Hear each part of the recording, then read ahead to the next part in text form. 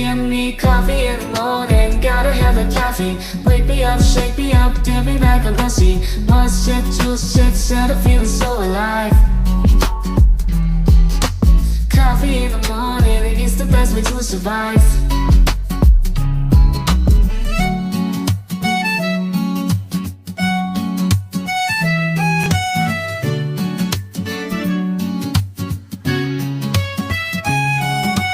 Woke up in the morning, sleepy eyes yawning. Jumped out of bed, started the day, opened the curtains. Felt the cool breeze, the sun shining on my face. But something was missing, I needed my job to chase. Give me coffee in the morning, give me coffee in the morning, gotta have the coffee. Wake me up, shake me up, dip me like a pussy. One sip, two sips, and I'm feeling so alive. Coffee in the morning, it's the best way to survive.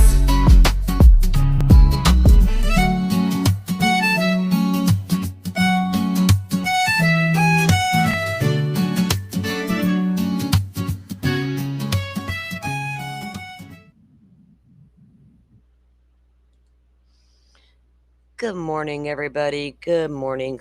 Late morning, should we say that instead? I'm still having coffee, so it's morning to me. Y'all know the routine. Grab your coffee, your tea, whatever your morning vice might be. Get on in here. We're going to finish unpacking part 2, basically, of the ISP photo dump we were looking at yesterday, and we're going to get a little case update on Mr. Barry Morphew over there, thinking he's all some kind of special, y'all. Welcome in, Teresia and Forrest. Hopefully we'll have some more people join us here soon. If not, hey, the three of us will just have a good old time today. We'll have a big discussion.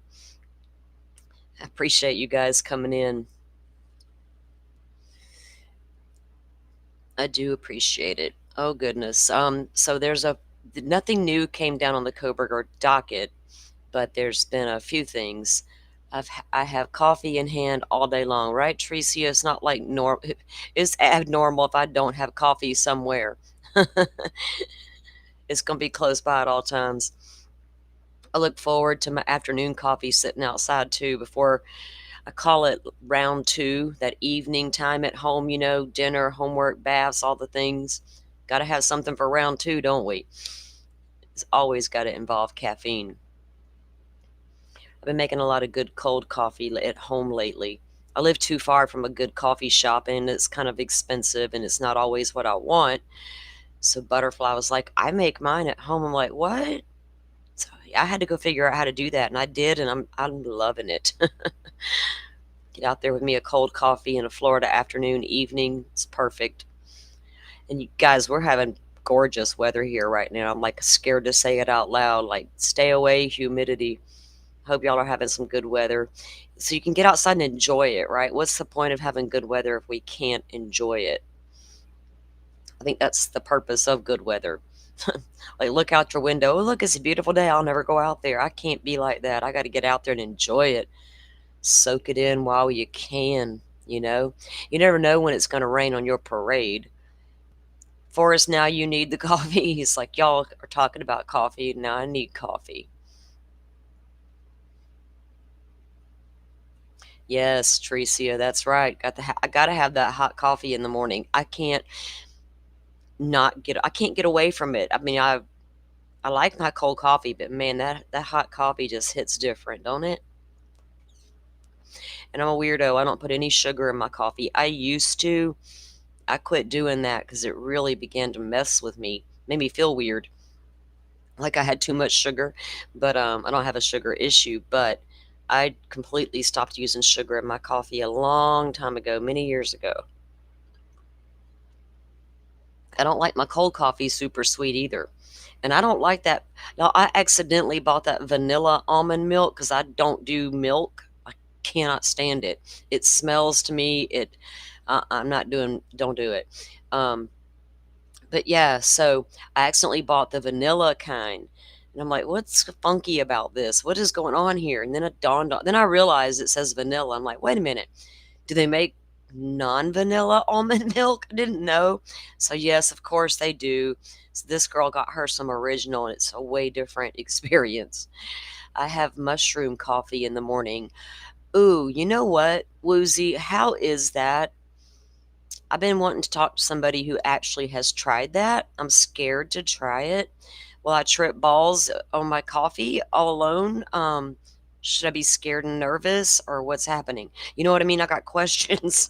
Like, I don't want to have a bad experience like I did back in the 80s with that Aussie Blacklight poster. Come on now.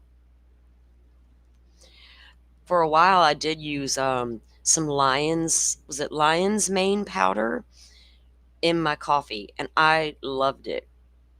My sister and I found it at this little festival type thing we'll go to sometimes, and this lady has all these really great products that she sells there, and I would buy it from her. I don't have any more. I need to get some.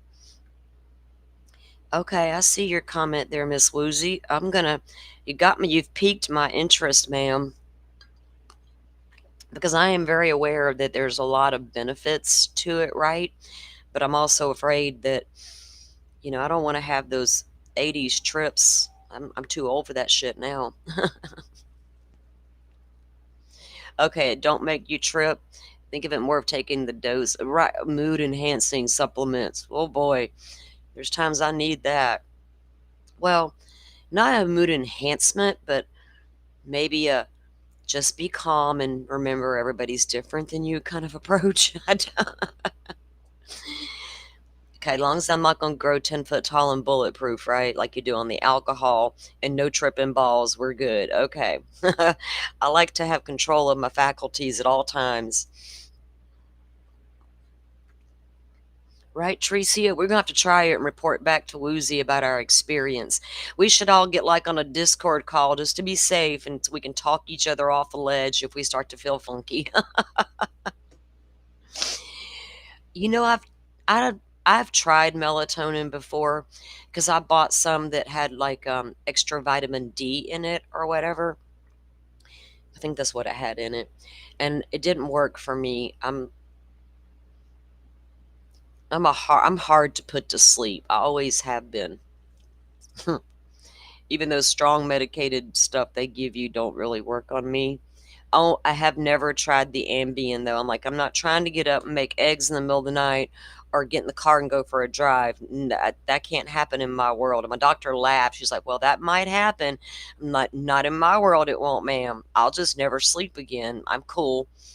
I'll just take naps periodically. We don't need none of that cooking food and driving around in the middle of the night shit. Mm-mm. How can they put a dangerous drug like that on the street? Oh, here y'all go. Hope for the best. Lord help us all. It brightens your mood with no hallucinogenic effects. My ex roommate, where I go get my THC gummies, she discovered they had the mushroom gummies in there, and she bought some. I didn't. She did, and she said that it was not bad. She said she liked it. I was like, I'm still scared to try it. I don't trust her to tell me the truth. She'd lie to me. So I never tried one of those gummies, but yeah. Anyway, they have those like retreats you can go to, and they actually use mushrooms and beneficial, like for therapy and stuff like that. I've watched documentaries about that.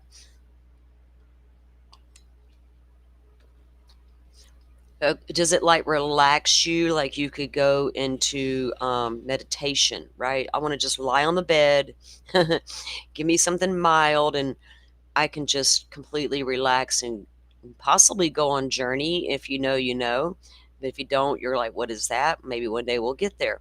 But yeah, deep into meditation. I like that kind of stuff. Helps you clear your thoughts and get a process going in your head. All right, guys, before we start today's show, I'm going to read you something. I'll try to display it. Sometimes if I display Facebook, it won't work. I'm surprised I got Facebook to pull up on the computer. Usually it's on my phone. Okay. We all know that the Laramies and the Chapins joined in the suit against, well, the injunction against the county of Latah about putting out any more of the photos and body cams and all the things. We know that the Gonzalez family wasn't a part of that. They never filed to be a part of it. They made a Facebook post. I don't really share too much of their Facebook stuff because I let them be. They have the right to feel however the hell they want. I'm not here to tell them how to react, how to feel. None of these families. Not There's four, and I don't think there's a right or wrong way to deal with this. Right? They're all going to do it their own way. So this is not about the G's in particular, but it's about what they've said. It says, enough is enough. Redacted or not, the body cam footage photos are absolutely traumatizing. That's Kaylee's house, her bathroom, her chair, her dog, her friend's voice that are crying. Law enforcement officers heavily breathing and sighing at what they are looking at. And that's true. Let's see the body cam of when the FBI and PA Commonwealth arrested him. Amen? Before kicking down his doors with guns drawn. Where's the footage? Oh, wait, let me guess. That's a violation of some sort of right that he has. Yet Kaylee has zero rights. Look at her picture. Where are her rights? Her family is still here. Where are our rights? I gave birth to her. And I can't blame her one single bit. Because if we're going to sit here and look at videos and analyze Kaylee's bedroom and Maddie's bedroom, by God, I'm going to analyze the shit out of Kohberger's sparse apartment. Give us something to tear into about Kohberger. Because enough is enough. And I don't think any of the footage ever coming out or photos of the sheath or any of that's going to change the minds of the supporters. And I don't care about them people, right? We don't care about them over here. Who? They ain't no count. We don't even say that word, y'all fancy little word that certain creator takes credit for creating.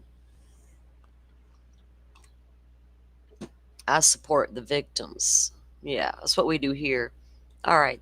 Yeah, thank you always, Forrest, coming in hot and reminding us, everybody, please, if you don't mind, hit the like, notify, and subscribe, and share. It really helps the channel out, helps our little community grow. Maybe some more like-minded people will find us, and have you come in and join our conversations with us. All right, let's get a quick update on Mr. Barry Morphew and see what's been happening in Mr. Special Land. I'm special. Y'all can't look at me. Do not come to my court hearings. Do not air it. I wonder if JLR got in trouble for doing that. Anybody check and see if his channel got taken down? Let me check it real quick. So we were all warned, even by the courts, that we weren't allowed to stream the Barry Morphew stuff. I did stream a hearing a few months ago. Nothing happened. I didn't get a warning. I didn't get taken down. I didn't get a strike. I got nothing happened, right? You had somebody come in hot into the chat that day. Oh, you better shut this down. You're going to get into trouble. Well, hell, how was I supposed to know if they just put the word out, right? So anyway, I've been sent more information saying, you're not allowed to stream this stuff. Well, JLR did. JLR's like, hold my beer. I don't care. I'll sue them. No, so 19 hours ago, JLR did air that hearing, and his stream is still up. So I don't know, guys, if we're allowed to stream Barry's stuff or not. I think the verbiage used in the document that they put out is extremely confusing to me. You mean I can watch it, but I can't live stream it, and I can't screen record it and make a short video out of it, all the things, right? It's ridiculous that, we got to protect Barry's little rights. Okay, so Barry applied for a reduction in bond. Let's look at that before I read you the verdict on that. He had several documents that we have not updated on. Oh, hell, I know what I did. Let me get to it. If they let us air trials or hearings going forward and things like that, we will. But we will certainly stay updated. It's been a long time, for Susan Morphew not to get the justice that she deserves. So let me. Whoops. No, I want you to save here. So it will let me share.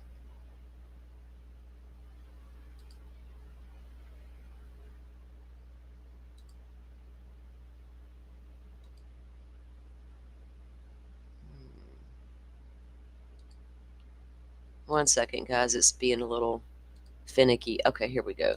Go there and there. Now I can pull it up the right way. Whoa, no, don't.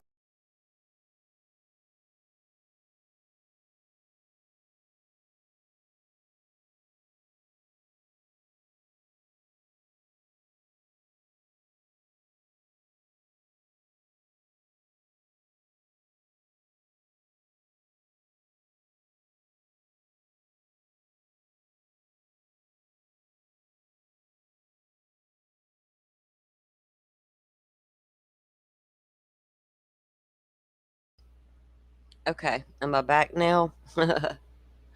Oh, lordy. Oh, it feels like a Monday, guys. Okay, y'all tell me if I'm back. Am I up and running?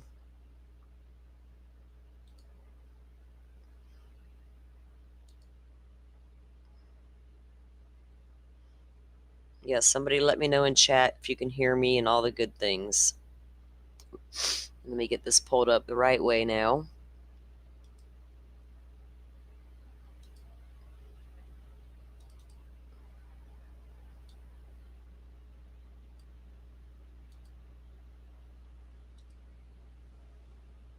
Okay, I am back. Thank you. Thank you. It takes a minute for the chat to show up. All right, cool. We are good. All right, so let me pull up Mr. Morphew's docket here. I clicked the wrong button and it took the whole thing down. I was like, did I hit the end button? Are we good? Okay. People of State of Colorado versus Barry Morphew. So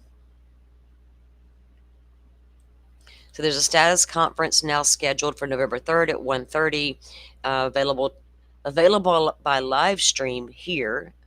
You will not be able to join the court's WebEx room. The hearings are only available to the public via live stream. If you are experiencing issues with the live stream quality, please contact the Alamos County Clerk's office, and they give the number.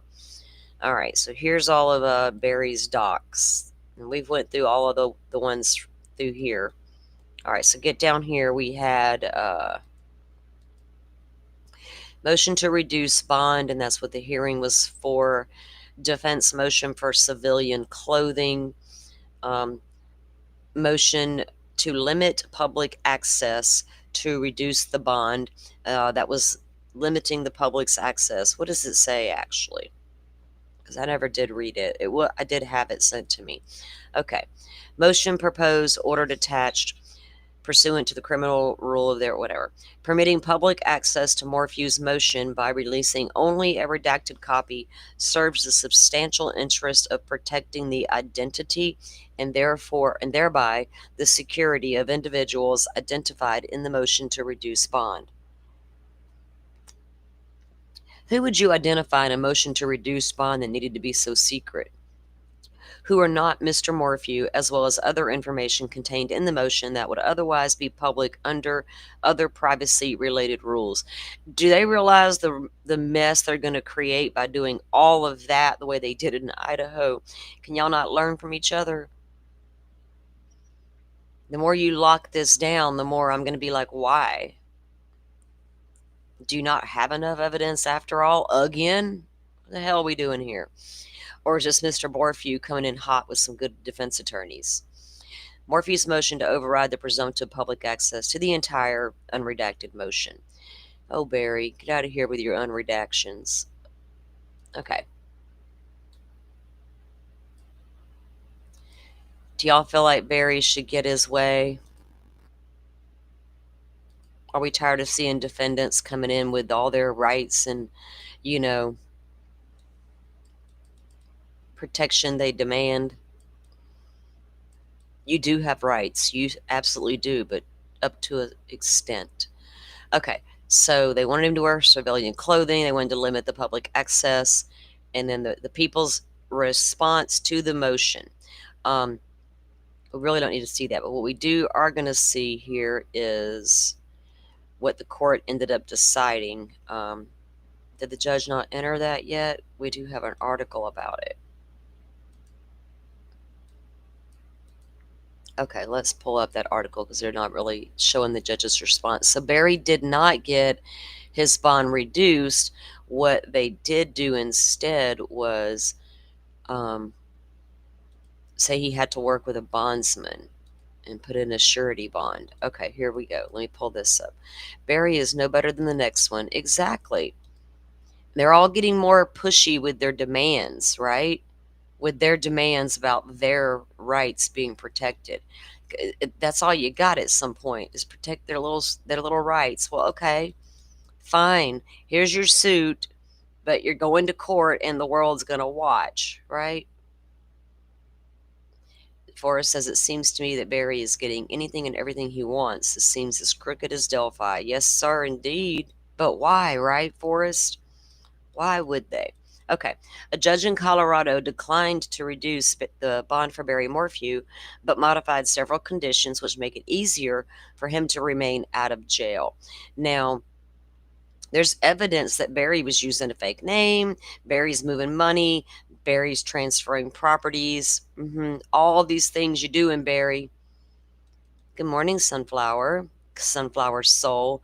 I like your soul. Judge Amanda Hopkins said she wouldn't reduce the $3 million cash bond handed down to Barry Morphew, who's accused of killing his wife Suzanne Morphew, but gave him a surety bond option. Barry Morphew could be released from jail if he works with a bail bondsman. If released, Morphew was ordered to remain in Colorado.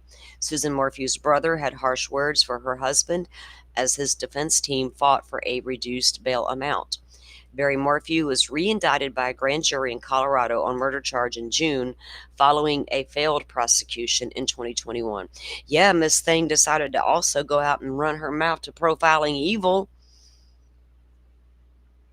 Prosecutor got ourselves and them all up in a court document. Barry Morphew allegedly killed his wife, who vanished on Mother's Day in 2020 before her remains were later found. At the time, Morphew lived near Salida, Colorado, where Suzanne Morphew, 49, was last seen. He just looks like a creep. He looks like that anal guy that always needed to be reassured throughout the whole relationship. That's what I pegged Barry as from the day one. Like, what kind of guy do we have here? Just an arrogant ass? Real physically abusive, mentally, oh, baby, help me. You don't want to ride to town with me? You don't love me? That kind of shit? Ugh.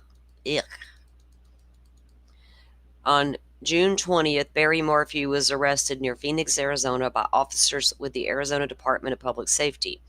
Public records indicate he was living inside a trailer park in Cave Creek, Arizona, and he was right behind a gas station. I went to the map and found it. I was like, oh, Barry, you living in there. Okay. Do you, Barry? In a victim impact statement submitted on Tuesday, Susan's brother, David Mormon, said under no circumstances should an interim release of Barry Morphew be granted. The interim release of Barry Morphew should, under no circumstances, be granted. I'm sure the grand jurors who indicted him would agree, Mormon said. He is a flight risk, a serial psychopathic controller of all of the realm of his influence. He needs to remain imprisoned through the entire legal proceedings till a verdict is read. Okay, I can't say I disagree. Mormon also said he thinks Barry Morphew's punishment, if convicted, should be death by hanging, but is requesting life in prison. Stupid ad, are you serious? Which reminds me that I just saw something about the firing squad over there in Idaho. It appears that Brian Koberger may have dodged a bullet, but Chad Daybell will not. Barry Morphew is a soulless, sadistic, immoral predator that has hunted or used those around him his entire life. There is no redemption here, Mormon said. Anyone believing such are just foolish lambs waiting his or her potential slaughter. He is a born killer, nurtured by those who sanctioned my sister's death. Oh, goodness. Who sanctioned the sisters? What's this PDF? Like Barry's whole case? Oh, this is his impact statement. Okay, that was released from the brother. You can see it there, signed brother.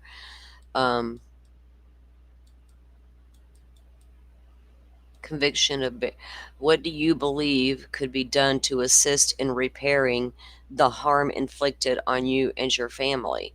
And he writes, conviction of Barry Morphew. I've never seen one of these before. Are there any conditions you would like to see the court impose on the defendant? This may include no contact with you or your family, jail, probation, alcohol or drug treatment, community service, apology letter, etc. And he wrote, see attached. So he put an attachment in there with that. And they redacted whatever this said. Did you apply for crime victim compensation? And if so, have you been approved? And that information was redacted. Interesting. Okay. And then there to see attached. Do we have the attached? And then here's the letter that he wrote. As the oldest sibling of Susan Morphew, I prepared the following statement for you and the court. I have no financial requests from the district or the citizens of Sagosh County currently. Please contact me if any questions you may have, and thank you for your continued service in the matters involving my sister's case. To whom it may concern, I have laid awake many nights pondering the last few minutes of my sister's life. Once struck by the BAM laden dart, remember, guys, there was evidence that Gary used a tranquilizing dart on her. It was found in her system, and the tranq dart cap was found in the washing machine. The chemical, and he was one of two people that could purchase the product. The chemical quickened its pace into her system, just like it had on so many deer her now psychopathic partner had shot. The screams and tears, the pain, the outward expressions as her physical body began to separate from her spirit and soul. One trying to hang onto the earthly realm, while the other, quiet resignation, came to grips with the tipping point that had been reached. As the chemical did its work, the physical struggle would soon end, and her heart stopped. The separation was now complete, following her spirit to rise above the morbid stage. Her conscious human presence on earth was over.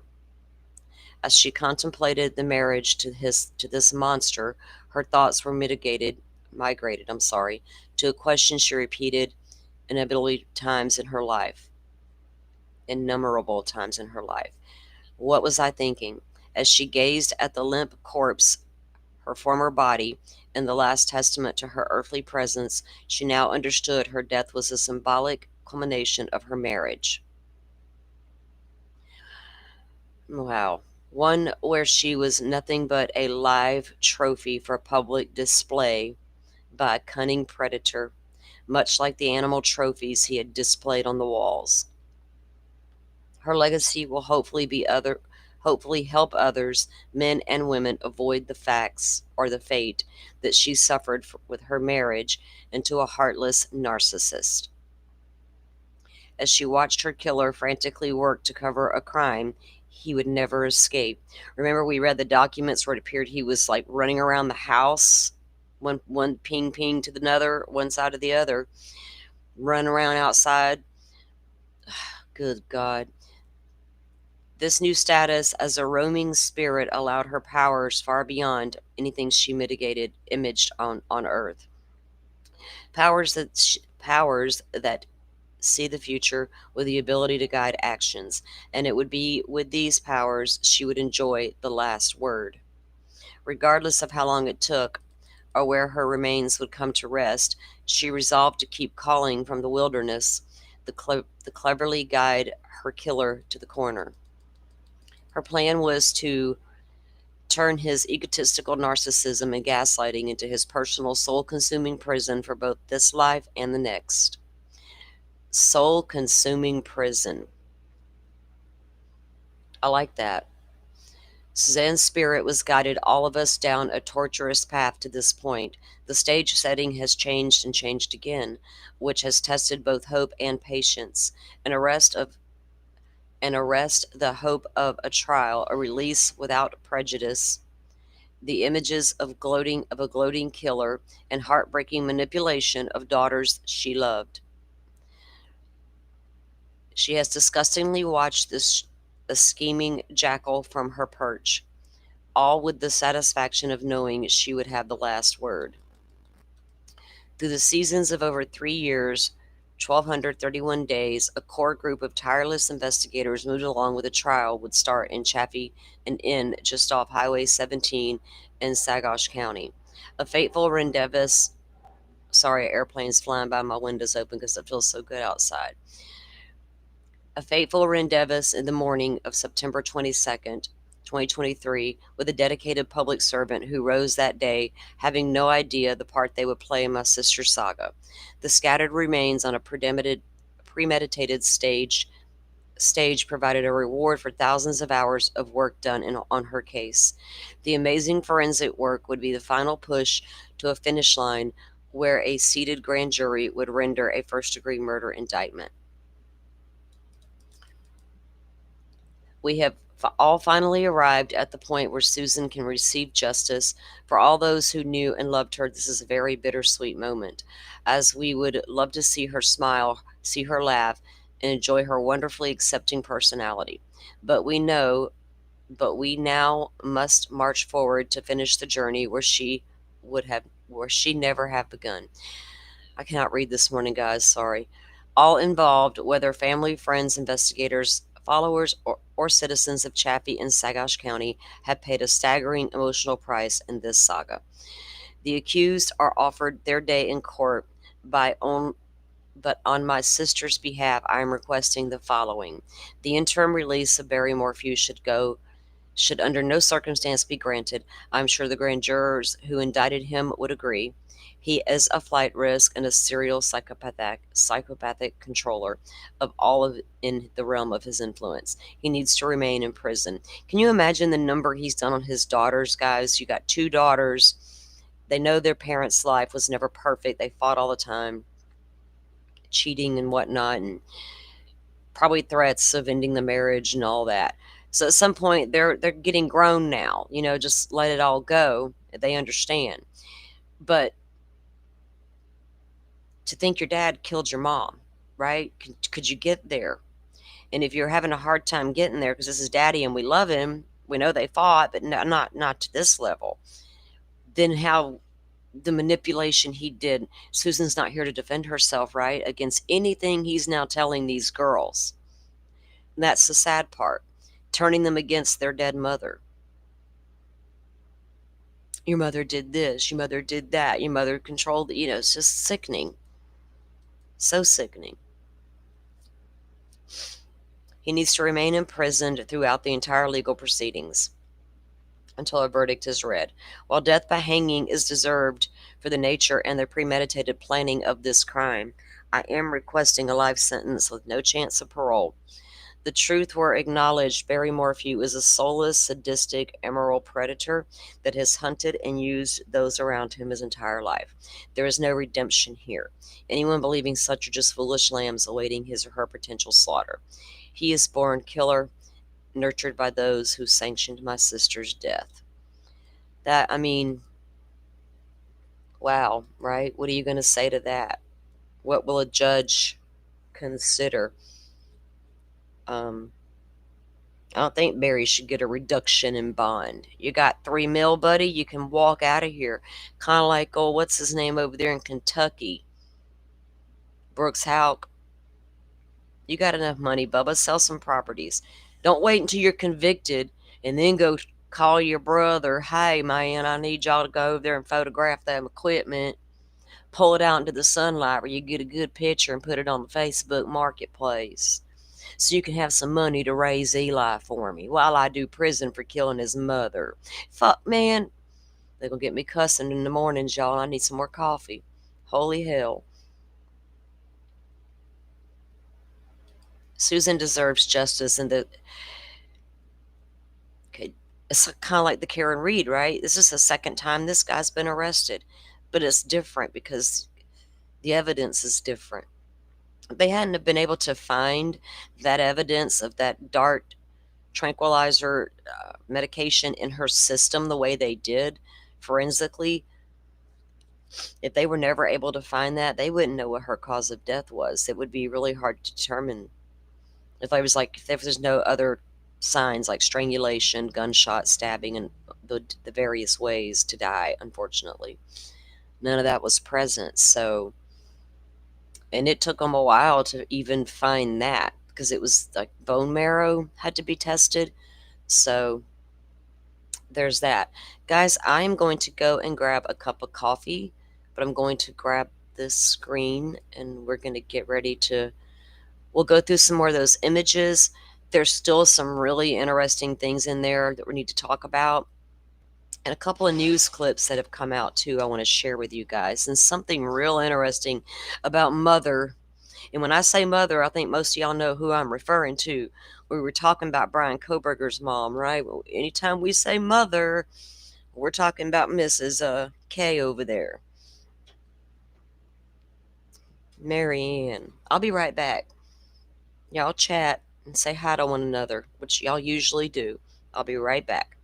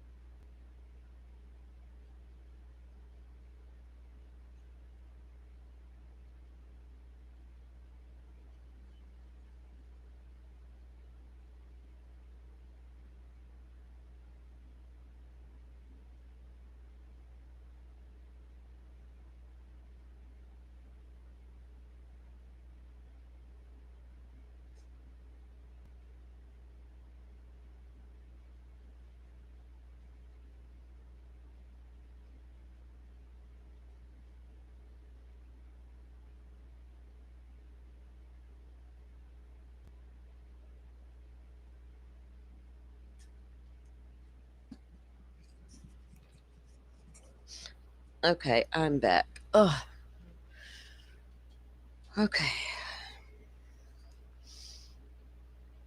Is that Donald Adelson trial still going on, y'all? That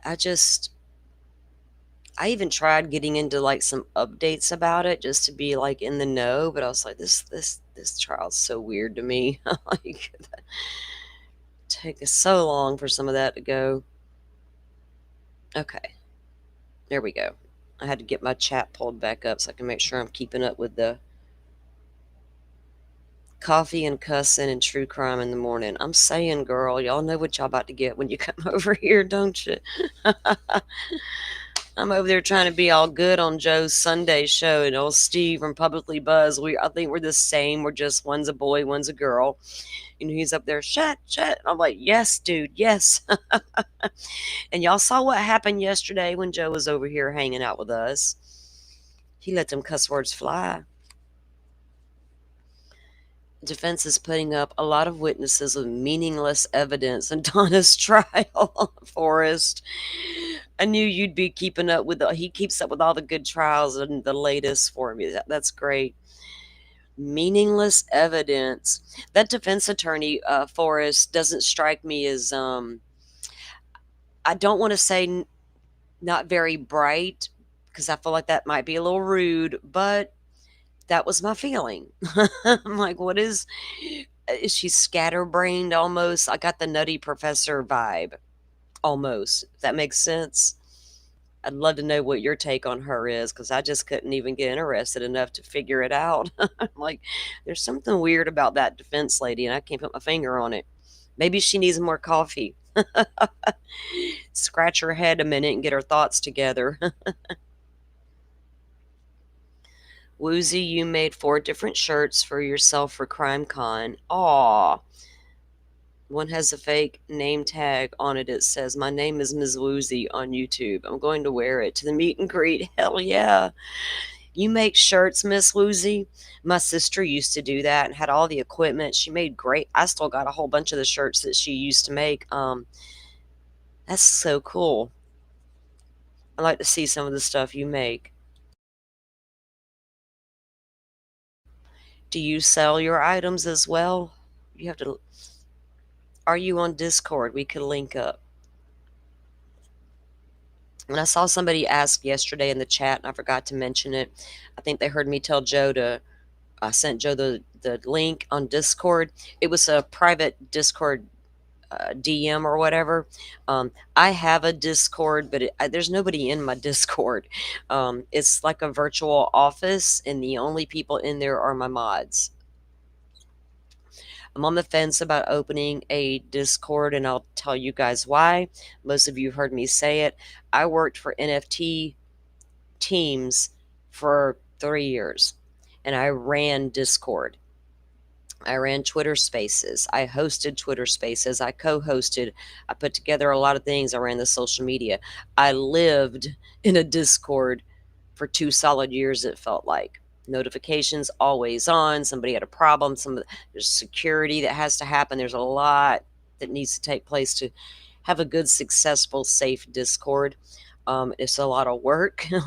And I don't know that I'm ready to dive into all that yet, because Discords, I'll be honest, true crime Discords can get a little wacko. I was in a few and dipped right on out, so I don't know yet.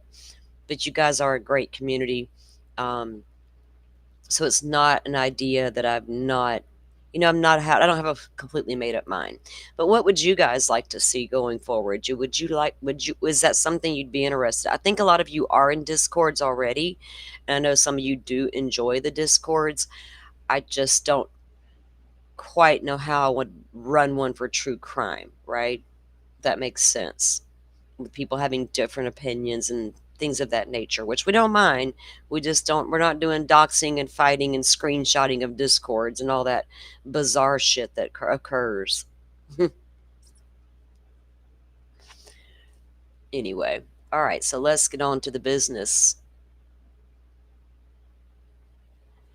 Let me take a look at my notes here, because I had a couple of things. We did all of the Morpheus stuff there.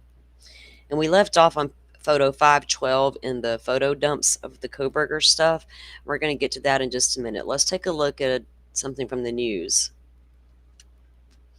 Now, you guys know that Heather and Jared Bernhardt were the married couple, works for Cellebrite, right? And they were doing the work for the prosecution on Bryan Kohberger's phone. FBI cast team did all the original workup, and then they got stumped because they knew something was up with the phone. So they called in Heather, because Heather has done work for the FBI before. She's like, well, can I bring Jared in as well? They're like, sure. And there you go. So they've been going around the media, talking to the media, which is more than the cops have said. Because for some reason, what was supposed to be a big kept secret. Let's downplay what Kohberger was. That's what they were doing. Okay. So they've been making the rounds on social media and mainstream media. And then Heather let it slip, or I don't know if it was a slip or she just come out and said it. A few weeks ago, she was being interviewed by someone, and she's like, yes, and we have talked to the family. And then it was Olivia Gonzalez, and she's going to be giving Olivia, I'm sure it's already happened, was going to be giving Olivia everything they had on Kohberger's phone. I'm like, holy cow, bring it on, Olivia. Tell us what was on that phone. Sure, not going to point, he's the killer, but hey, the guy said he did it, so I could care less about all that. I still want to know what was on that phone. What kind of weirdo are we dealing with here? All right, so let's take a look at what they said on Banfield and what Mother did. Mother, what in the world, lady?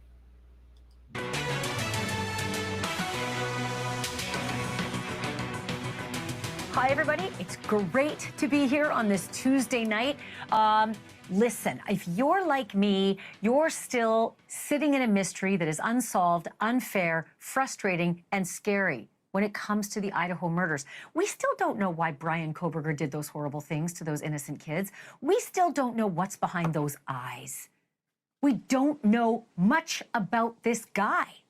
And we would have known if you and I were talking right now while I was covering his trial, because that's what we should be doing right now. This was the window set out for his trial, where evidence, information, pieces of the puzzle would be coming our way. They're not. Yes, we would be at trial where all of that evidence would be displayed. Unlike Delphi, Indiana. What evidence? Well, that happened so fast I didn't even see it. Shit, put that video back up of that bridge guy. And don't alter it this time. Yeah, we ain't doing that here in Idaho.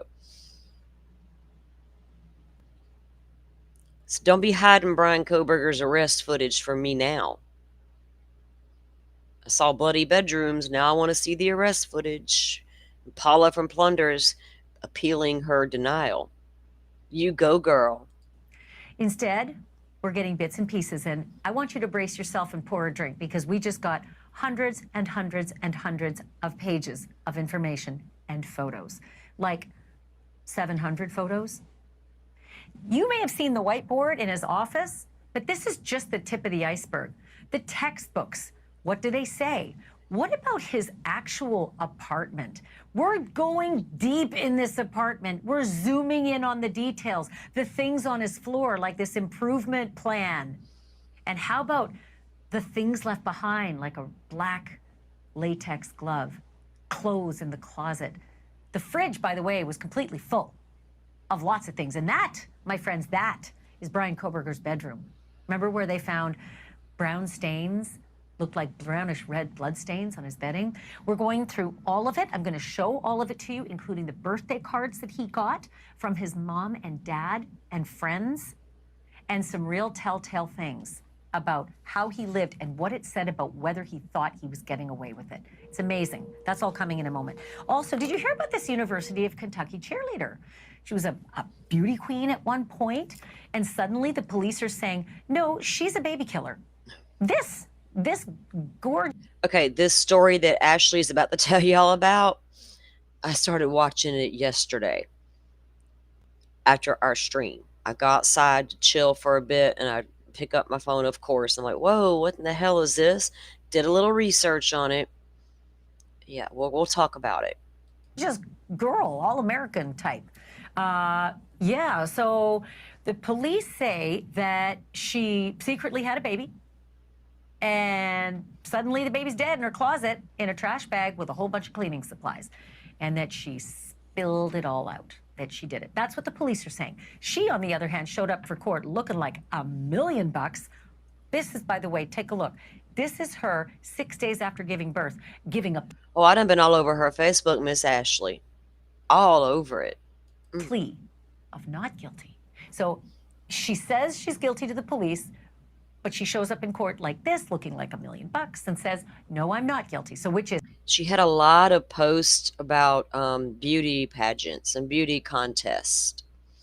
Little Miss Beauty Queen over here. But from with the chatter I was picking up on, this wasn't a hid pregnancy. People knew about it. I'm like, well, if people knew about it and she was planning to have a baby, is that true? Because why would she do that? I'm still got to do some work on legwork on this one.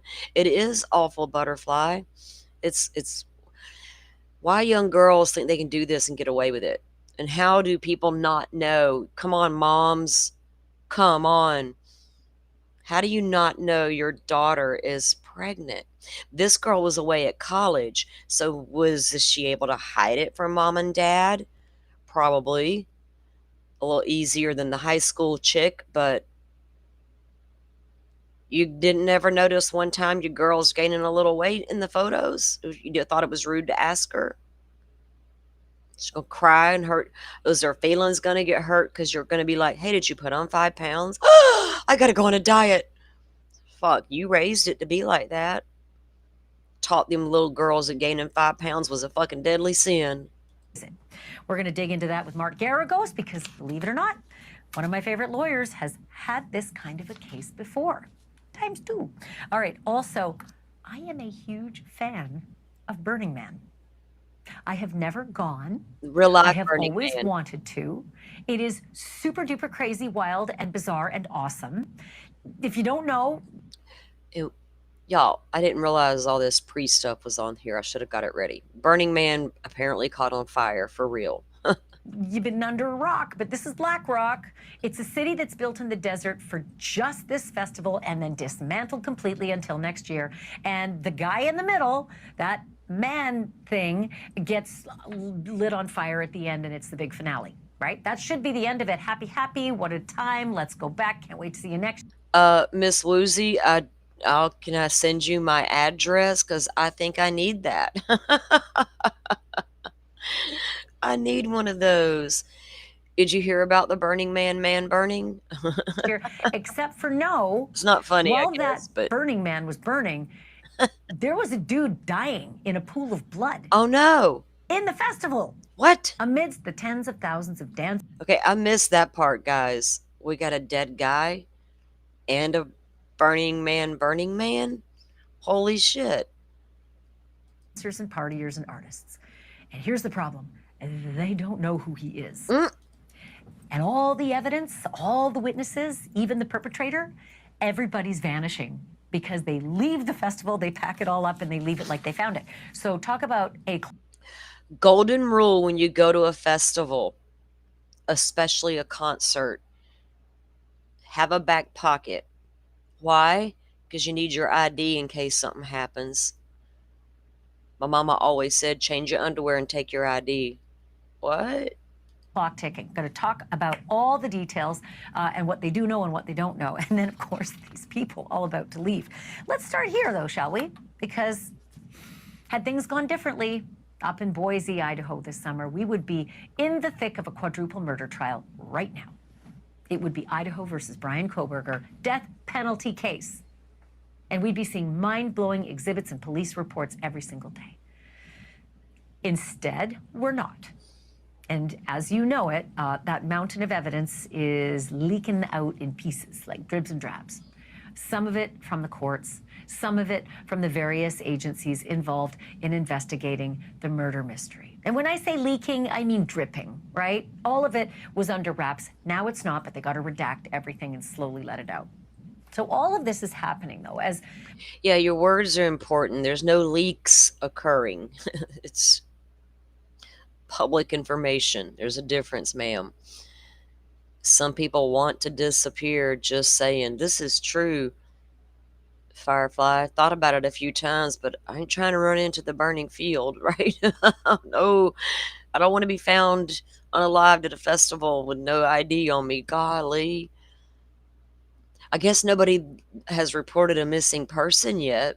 Ooh, a missing person that nobody cared was missing at all. Kind of like Earl. Earl had to die. Bryan Kohberger is settling into his new reality, which is life in a small cell, all alone for the next 50 or 60 years by my math, unless somebody kills him in prison. How long y'all think Bryan Kohberger will live? Because he's never getting out of prison. Are we going to go with 50 years, 60 years? Shit, is he going to do a ripe old age of 100? Will he survive 10? I don't know.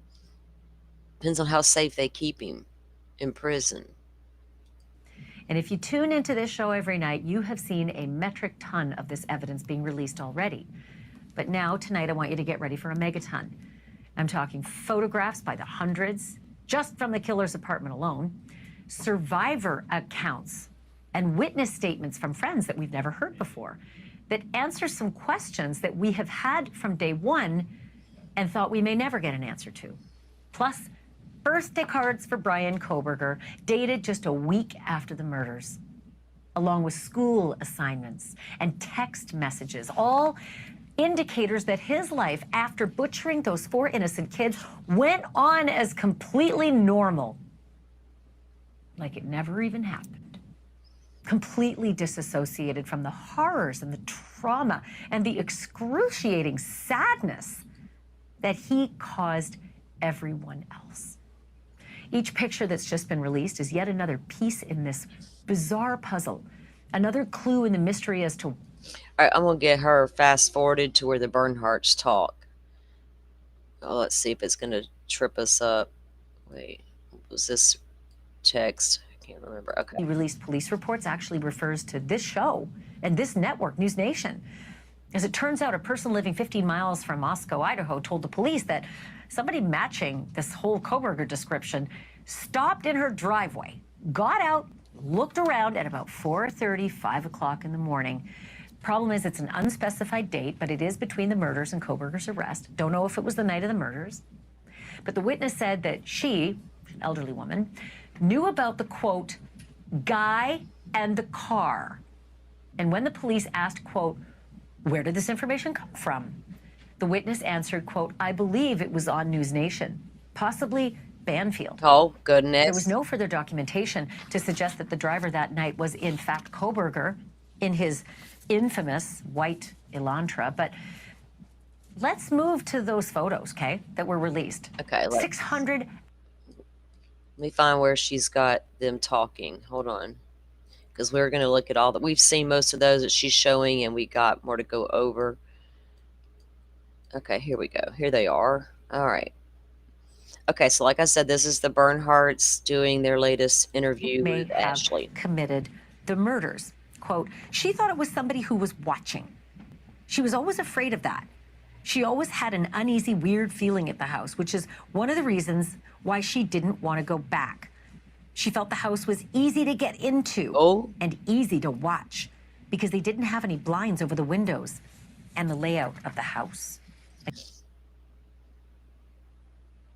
She thought it was someone who was watching. She was always afraid of that. She always had an uneasy, weird feeling at the house, which is one of the reasons why she didn't want to go back. She felt the house was easy to get into and easy to watch. I agree. Again, this is the police saying this roommate who had left the house but was still on the lease didn't want to come back to the house, felt it wasn't safe. So I know who she's talking about. Firefly, you know who she's talking about. I've never seen Ashlyn say that. I've heard that that was said, but I haven't even read that document yet. Is that one of the reasons why she moved out of there? Because she was uneasy feeling? I would be that person. Go in that kitchen every single time I walked in that kitchen, those big ass sliding doors were not covered, and I ain't sure about the little lock. I cannot go in that room and lay my head down and comfortably know I'm safe. I don't want to walk in that kitchen at night and worry, is there some weirdo staring at me through the back, this big giant window? Been there, done that. My sister's house. I'm like, we got to cover up this big sliding window. That's too much. And it backed right up to the woods, deep in the middle of nowhere. I'm not even having a big bear run out at me. Excuse me. She was. I agree. And that goes back to what I've been saying. Did the house choose the victim for him because it was easy to get in and out of and watch at the same time? Easy to figure out. We all know how Maddie displayed her boots and her big pink M in the window. So we'll continue what the Bernhardts had to say. Investigators had more than witnesses and their testimony to go on. They also had Bryan Kohberger's own words. Letters and notes and texts, all retrieved from the killer's phone by the forensics experts who join me now live. Heather and Jared Barnhart analyzed Kohberger's electronics for law enforcement, and they're with me now. It's good to have you back on the show, you guys. Thank you so much for being here. Let me just jump right into it. Washington University sent Bryan Kohberger an improvement plan, and you guys saw some of the responses that he had to some of the professors. Does either one of you want to take it, Heather or Jared, and tell me what those responses said? Sure, I can take this one. This primarily was on his PC. It was also on his phone. But as you said earlier, he wanted to go back. So he wrote not one, but 2 letters of grievance explaining why he needed the insurance, why he needed the TA role, what it meant to him. And then in a second one was saying why the professors were wrong. So why they were wrong. He is a good student. He has a good GPA. He can be both a good student and a TA and deserves that role. Not sure, Heather, if you know the answer to this, but was he Okay, remember, guys, when we were having the discussion with Joe about was he going to go back? Was he contemplating going back, not going back? What was he thinking? And was there a possibility he could fight this and go back if they didn't continue to look for this white car? And so he was, we had always heard that he was going to be trying to fight it. But these photos are in our photo dump that we're going to be looking at. So that's what they're looking at here, was his plan, meeting plan and stuff. So if he would, because it does make you wonder, there was some stuff in the apartment, but not a lot, right? The bathroom was completely empty, no toiletries or whatnot, no shampoos, nothing, body wash. But there was that few clothing, a little bit of clothing in the bedroom. So, in the computer and all that was left behind. So, I don't know. Was he going to go back, or was he winging it? I think he was doing a little bit of it all. Plan A, plan B, and I don't know. Was there another plan? A was go back and fight this. B was get rid of this car, go back and fight this. And C was keep the car and get the hell out of Dodge. I don't know for sure. responding to female professors, and did he have like a real attitude in some of his writings?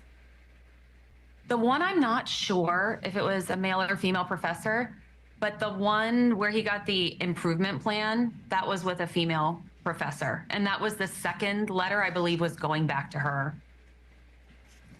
How about the attitude part? Did he have attitude, or was he really trying to like grovel? In the first one, he was groveling. In the second one, he was trying to point out why he was right and she was wrong. Ah, yes, the woman, of course. That's what all his female colleagues said about him, that he would be late for the women's classes, the women professors, but never late for the men's, and that he would berate the women in the classroom, but not the men who were students. Okay, so Jared, his mother sent him this article about the murders, after the murders, but of course before he was arrested, about... Okay.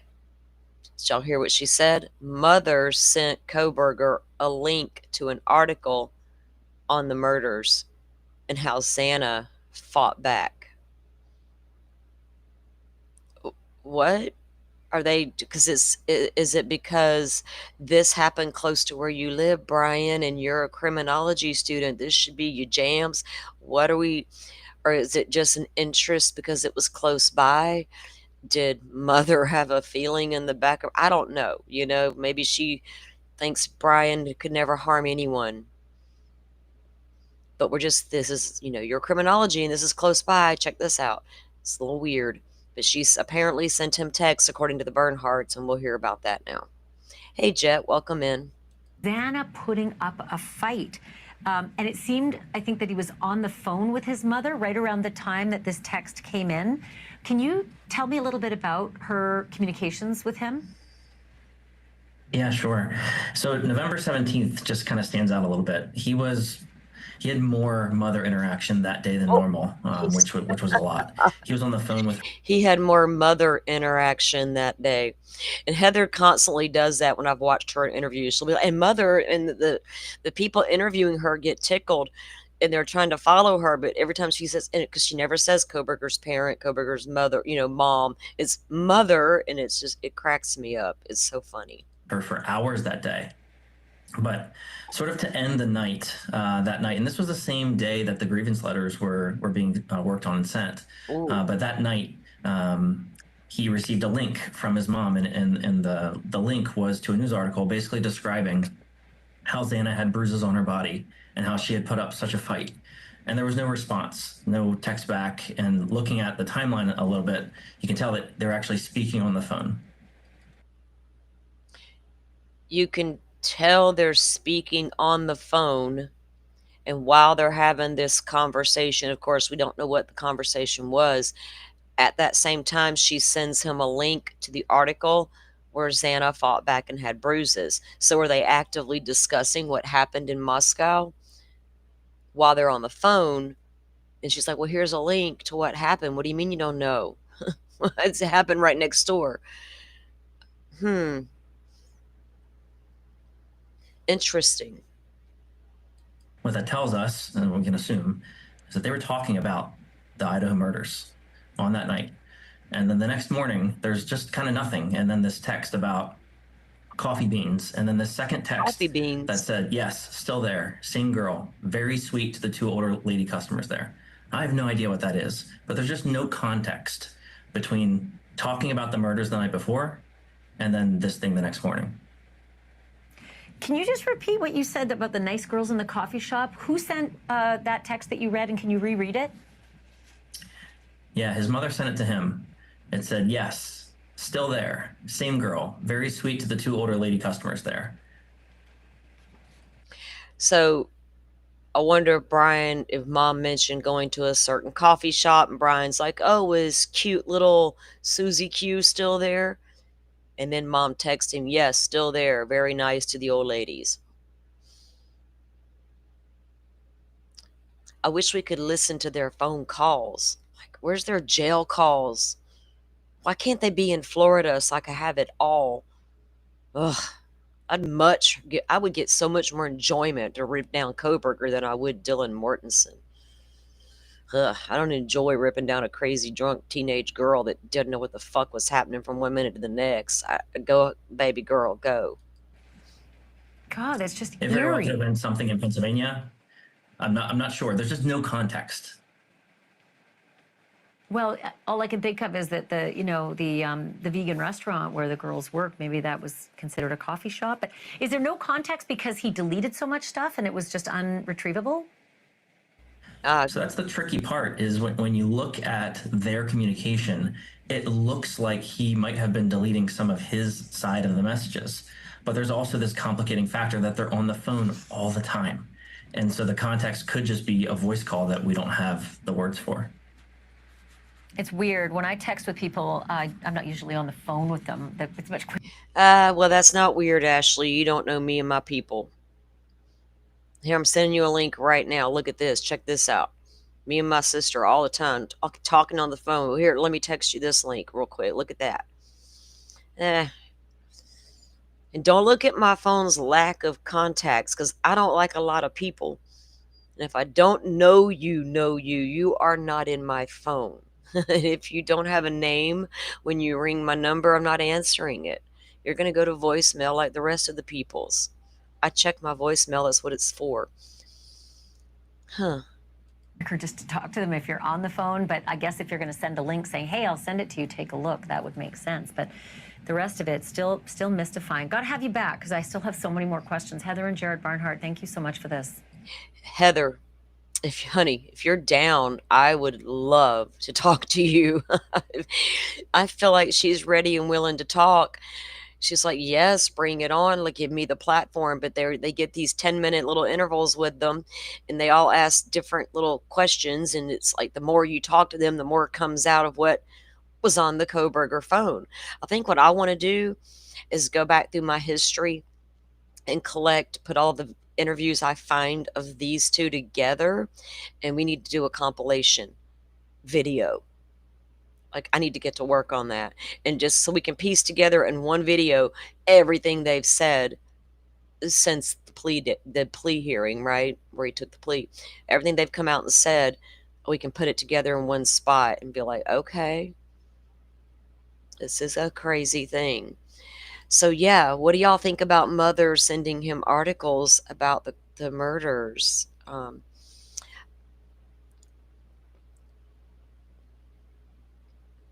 It makes me think, Firefly, if you're still here, it makes my thought go back to Mom writing the letters about Bundy, writing the Sandy Hook stuff that she had written.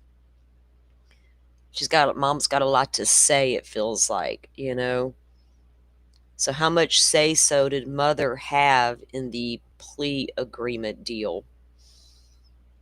I think Mother had a lot of influence there. Now, Ashley also put out a little piece. I guess she does like her big show on the the news or whatever, and they put out little clips of the show. So there was one, I think it's just older. I mean, it's not older, but it's talking about, remember I was reading, we read in the documents a while back where Dylan said that she stuck her head out of the door, the bedroom door. So that's more than a crack. And you see him coming towards you. That's a full on open the door enough to get your big head out. And then she stated that she didn't know if Koberger saw just her head or her whole body. So I was like, well, was he in the kitchen at that point for that to happen, for you to open the door enough to get your whole head and part of your body out there? And you're not sure if he saw you at that point or not. This refers to him being seen, and she released this at some point last night. So I thought we'd take a look at that real quick before we jump into the photos. I'm not sure what time Joe was going to go live this evening. He plans to do a follow-up show on the London Valdez story we were talking about yesterday, ahead of him taking off to CrimeCon tomorrow. So we'll get to the photos in just a minute. Let's take a look at this. And told police that she has no idea why she was spared that night, even though Koberger saw her and knew that she saw him. The interviewing officer writes this, and I quote, "She does not believe anyone ever tried to open her door during the time he was in the house, and he could easily have done so. She volunteered that to come through the sliding glass door, the person would have had to scale a tall wall. She advised the suspect would have known her room would have been occupied because he appeared to have known the layout of the house. She also said it could have been someone who was in the house last year when other girls were living in the..." I wonder what really I can't trust anything this girl says 100%. I just can't do it. Because 1 minute I got a fireman carrying a vacuum. 1 minute I got screams. 1 minute there was concern in Kaylee's voice. Then I got a rando saying something in a bathroom. It's too much to try to even decipher what the hell this girl saw. But did he really see her? How much of that's her imagination playing tricks on her? How much did she think he saw her? Did she think he had to have seen her? That's what I don't know with this one. And if he did see her, what stopped him from taking her out as well?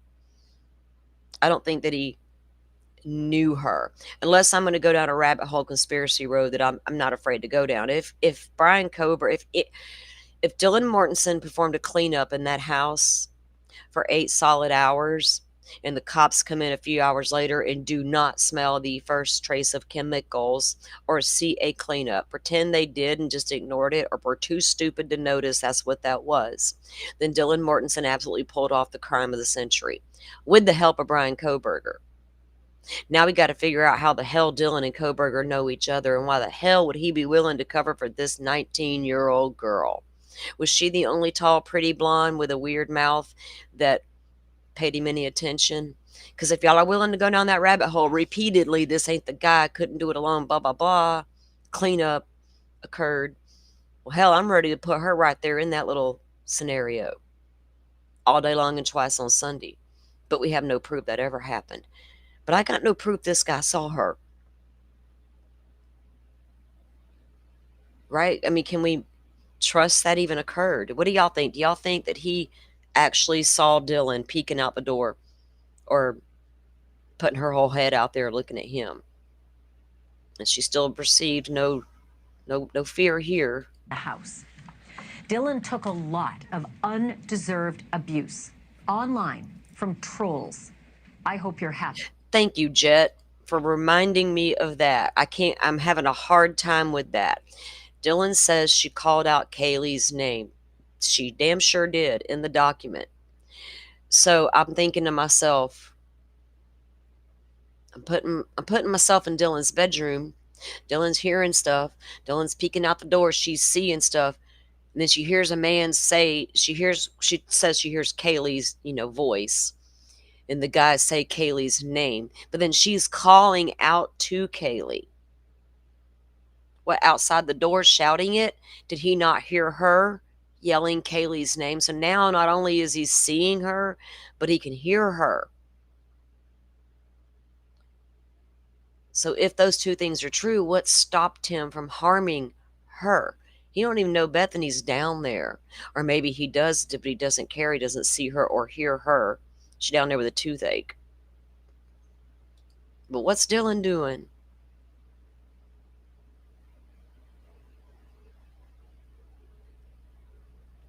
Right, Firefly. I still don't know if he saw her, because she said he looked at her, but no telling what that means. Yeah, you can't tell with this one, and that was going to be the problem with Dylan Mortensen on the witness stand. Hell, you got you're only two witnesses. We don't even know what Molly, the DoorDash driver, actually saw. She's back there in the dark, fumbling around, parking in places she shouldn't, in the dark, in the freaking 4 o'clock in the morning, jumping out with her flashlight, walking all around, sees a random tan car with a red-headed, spiky-haired guy in it. That does nothing to put Bryan Kohberger at the scene. I understand in her drunken little video, I parked right next to Bryan. Did you, ma'am? Because originally you never said that. Right? So you got a problem with that witness. And then you got a problem with the Dylan witness. I thought I heard. I thought I saw. One minute I was scared. There was fear in Kaylee's voice. The next minute I wasn't scared. Then I ran down and saw Xana. I thought she was past. You got a whole host of problems with this one. If you're a defense attorney, you got a gold mine. If you're a prosecutor, you got a problem. And they knew that. They were doing the best they could to protect her under all circumstances, but they knew in the end it was going to come out, the truth of the messiness of the situation.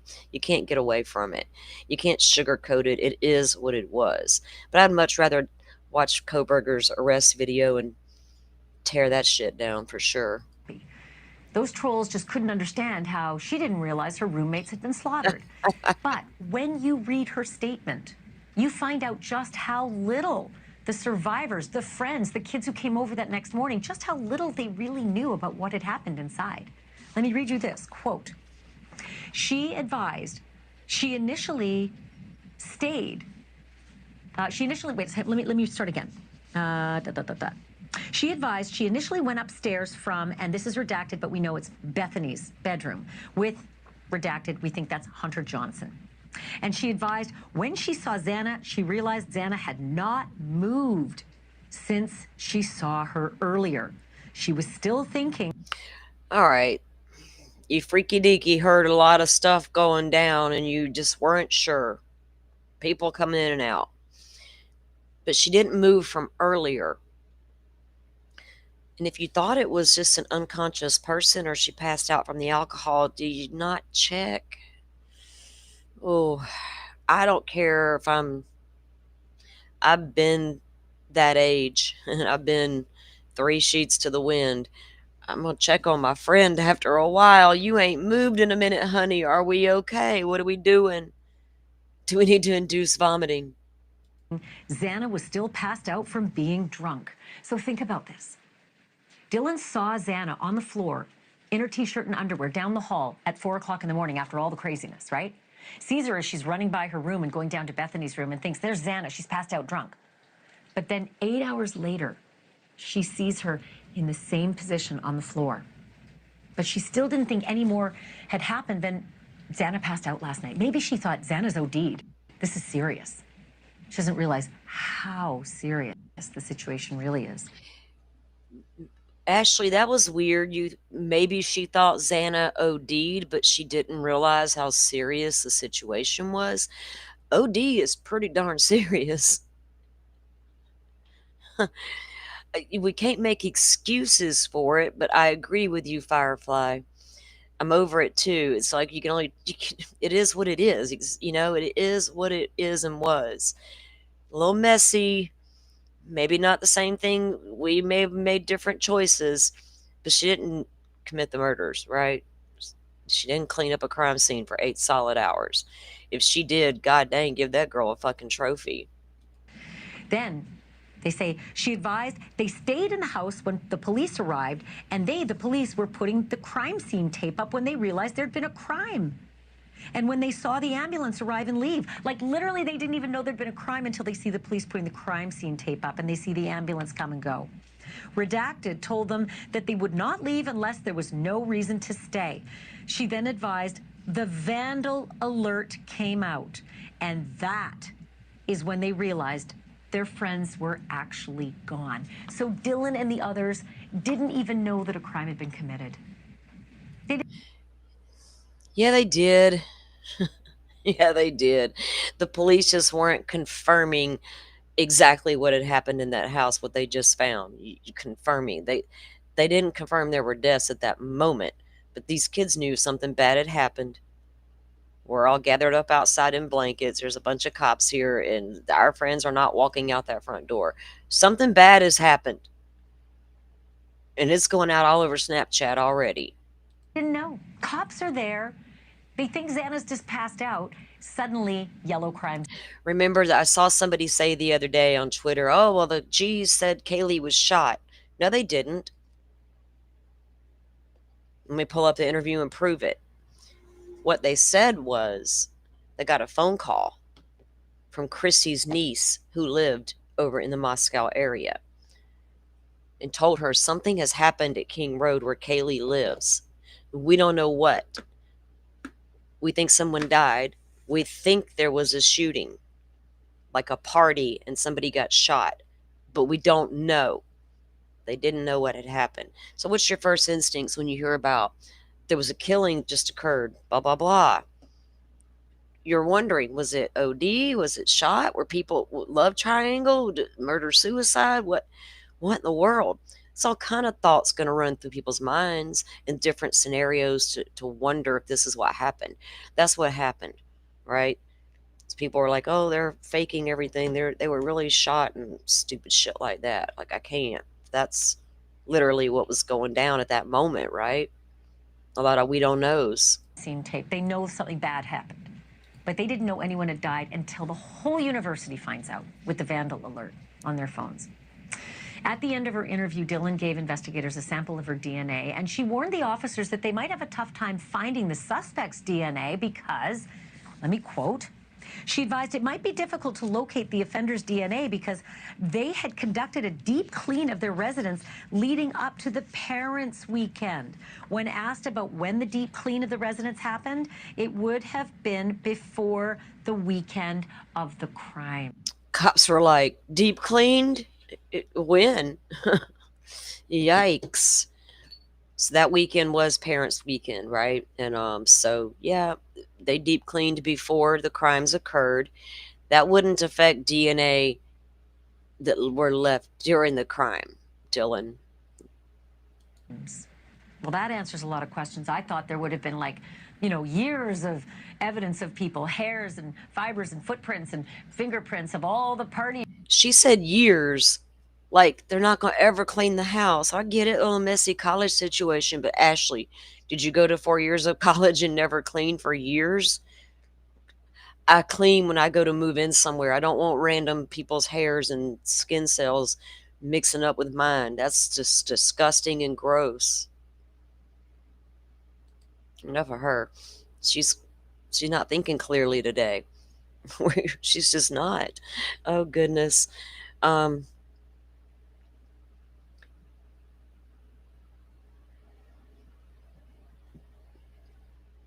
Yeah, hope maybe, you know, Dylan's getting the therapy she needs with her GoFundMe monies. I got, you know, what are we going to say about that girl? That it hasn't already been said, right?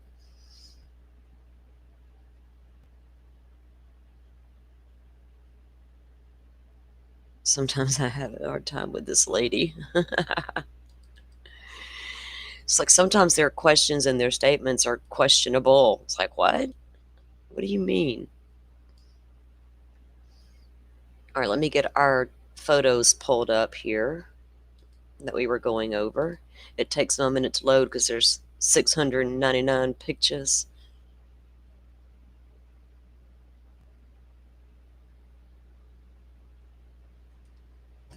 All right, I got to go let the dog in. I'll be right back while these load up.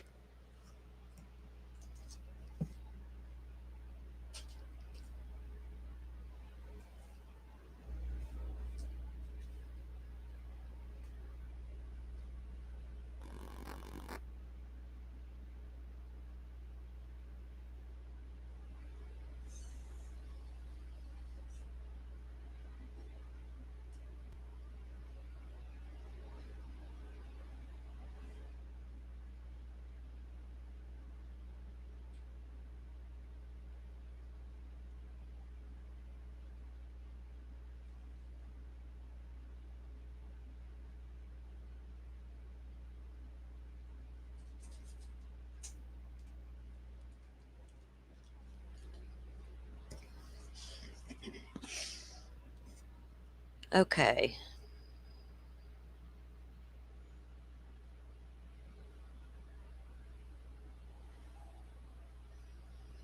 Carrie, you were a mom by 19. I had my first baby at 21. I wouldn't do it differently. I know that's not for everybody. And a lot of people today are not having babies until they're well into their 30s. Like, it was so different. It's always changing, of course. People used to get married at what, 13, 14, 15? That was normal. Lordy, lordy. Couldn't imagine. But yes, I didn't mind being a young mother. At least by the time I was 21, I had gotten rid of all my partying ways.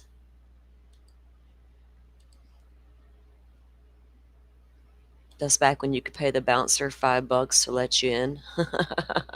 Yeah, I was that girl. All right, let me get to where we were at on this photo dump.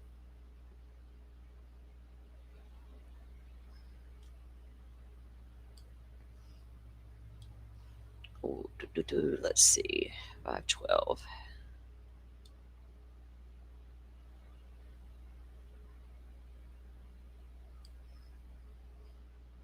Okay.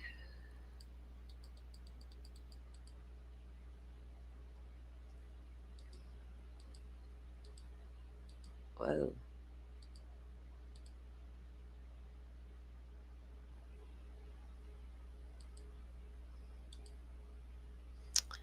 There we go. We left off at this. We were looking at that weird card, right? That he got in the mail. Both of your egos, the dinosaur and the Monopoly man.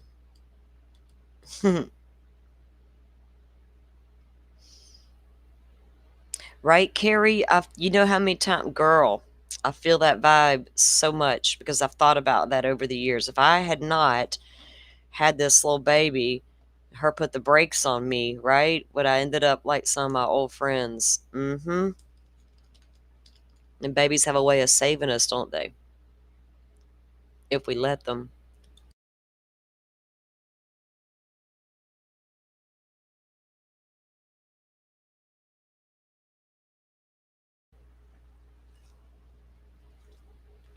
Okay, I had to get a sip of my Coke. Celebrate like a boss. And they redacted the words that she wrote. Remember that one image they didn't redact it, but you couldn't see it when we zoomed in? You really could not. Upside down photos of the closet. We looked inside the closet, so we're just kind of move past some of this stuff and get to the important stuff. Like I said, guys, when we were looking at these the other night, though, when we were deep diving what was in the closet, you can see here again some more of the tools and such he had. Like up here, he's got, what is this? His, looks like his bug spray. Mosquito spray. Like, what was he? A hiker, right? This has got a little, a handle on it. Like, could it be a flashlight?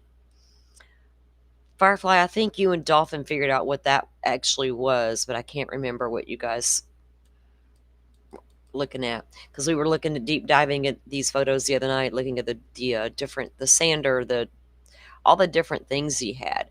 That's a box of mask? Is that a box of like regular I don't know if that's COVID type mask or if that's just something else. I can't tell. Weller something.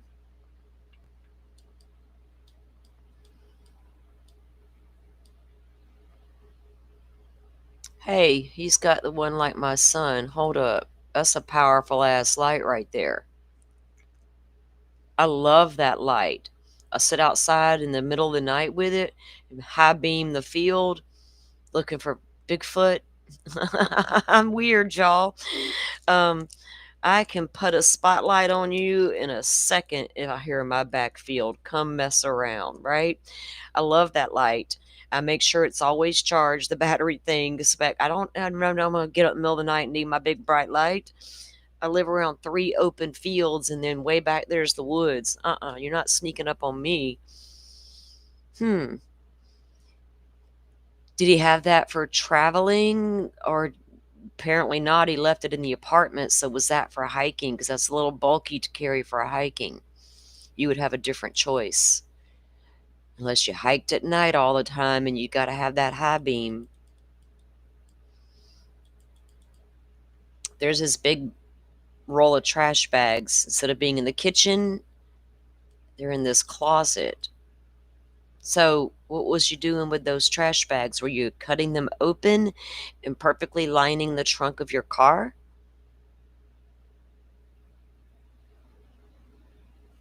This one, I think, this is a light.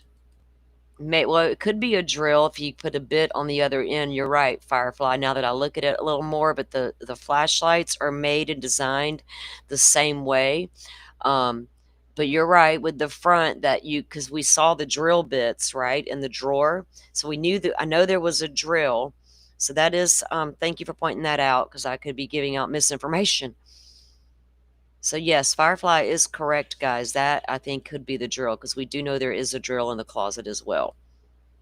Oh wait, it is the drill, Firefly. There's the little thingies, the screwdrivers, the flathead, and the Phillips. It reminds me of us deep diving that one little gadget we see in the closet the other night. We were trying to figure out what the hell.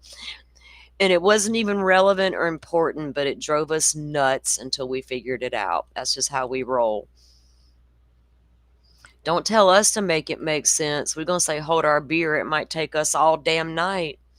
But between the three of us, me, Dolphin, or Firefly, we're going to figure it out. You take this, I'll take that. Let's get on it.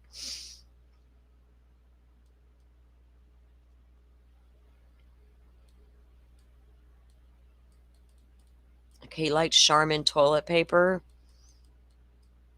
I do not. Just thought y'all should know. They got okay, that's going to be the evidence marker laid out against that black nitrate glove they found. And that is listed on the search warrant return. We've always known about the glove. And of course, Chris McDonough found that one black nitrate glove outside of the King Road house. I think there was a second one found at some point too. So sunglasses, the black glove.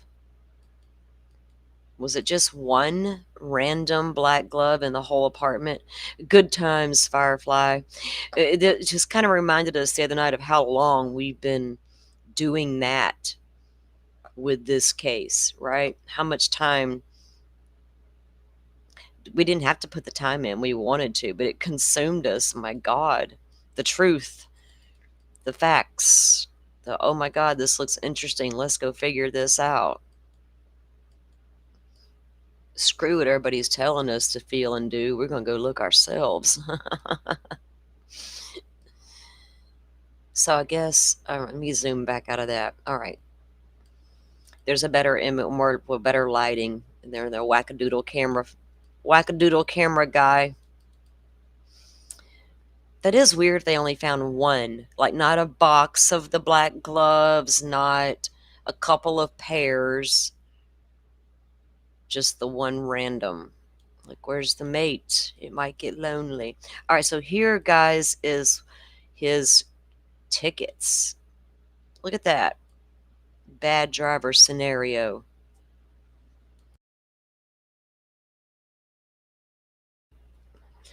So you get stopped in Washington State, you get stopped over in Idaho at Farm Road.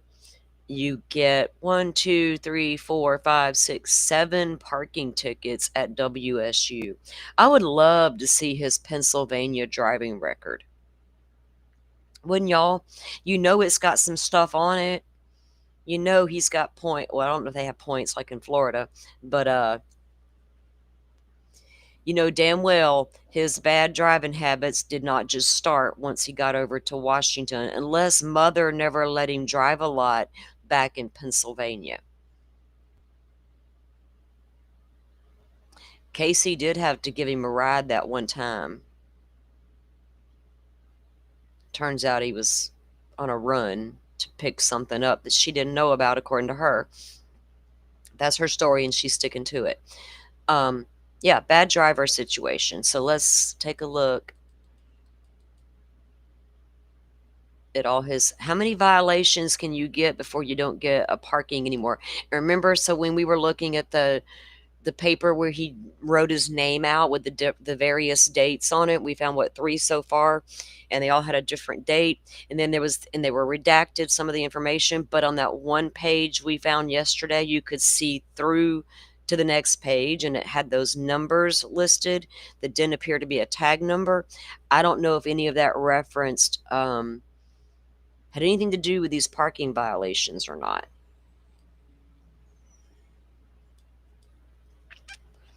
A 4-digit number below is your confidential and personal ID number, your PIN number. I cannot hardly see that. Let's see. It is key to access your check card ending in 1600. For your protection, you should memorize the number and keep it safe. Okay, standard, blah, blah, blah.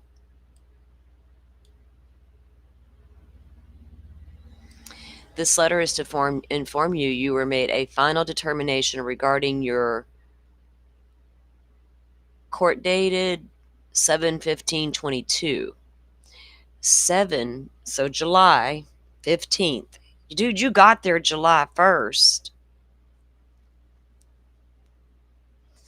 How many of those tickets did he rack up in the first 15 days? Is he playing that I didn't know, I was confused, I'm from Pennsylvania card?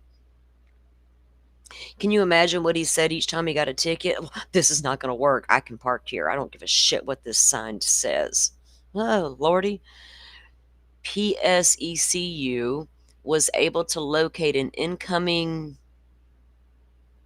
something from the treasurer, member returned. It's like a check or something. Deposit from IRS. This is a deposit from the IRS information. Okay, so based on the facts of our investigation, we do not find that any error occurred. Therefore, no funds will be credited to your account as a result of this dispute. Did he have a dispute with somebody over some money? Firefly, what did I miss here? It's dated July 18th. It's redacted. It's got the Valley Road, Pullman, Washington address. Then it was regarding our court dated 7/15. PSECU was able to locate an incoming deposit from IRS treasurer. This number is being returned due to account not found. The number used was incorrect as it is missing a digit and was not valid to post the transaction. And the amount was $2,474 ACH deposit IRS. Based on the facts of our investigation, we do not find that an error occurred.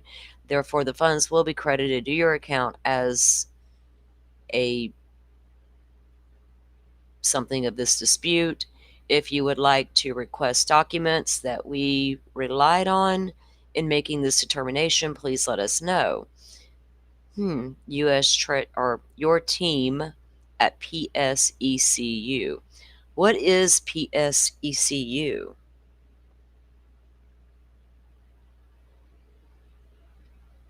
Yeah, this document's in the photo dump Firefly. We just didn't even. Oh, here it is. I'm Googling it, guys. Refer friends and earn up to $500. Oh, could y'all get busy? What do they do? Sharing PSECU with friends has never been so easy. Okay, I don't care about all that. What do y'all do? Digital first with a human touch, real-time access anywhere, fewer and more benefits. Conquer your debt. Now's the time to open a certificate. Your equity your way. Conquer your debt. I don't know. I guess you can help pay your debts. I don't know.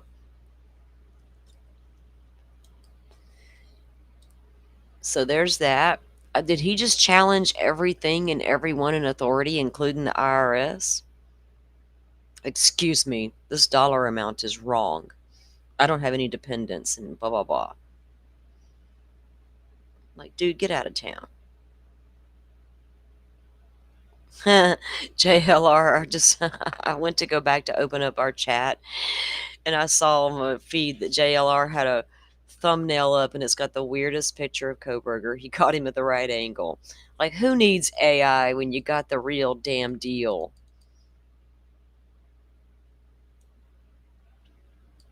Okay, this one is a check, and this is the other side of the check. Or, no, two different checks. They're both paid to the order. This one's WSU.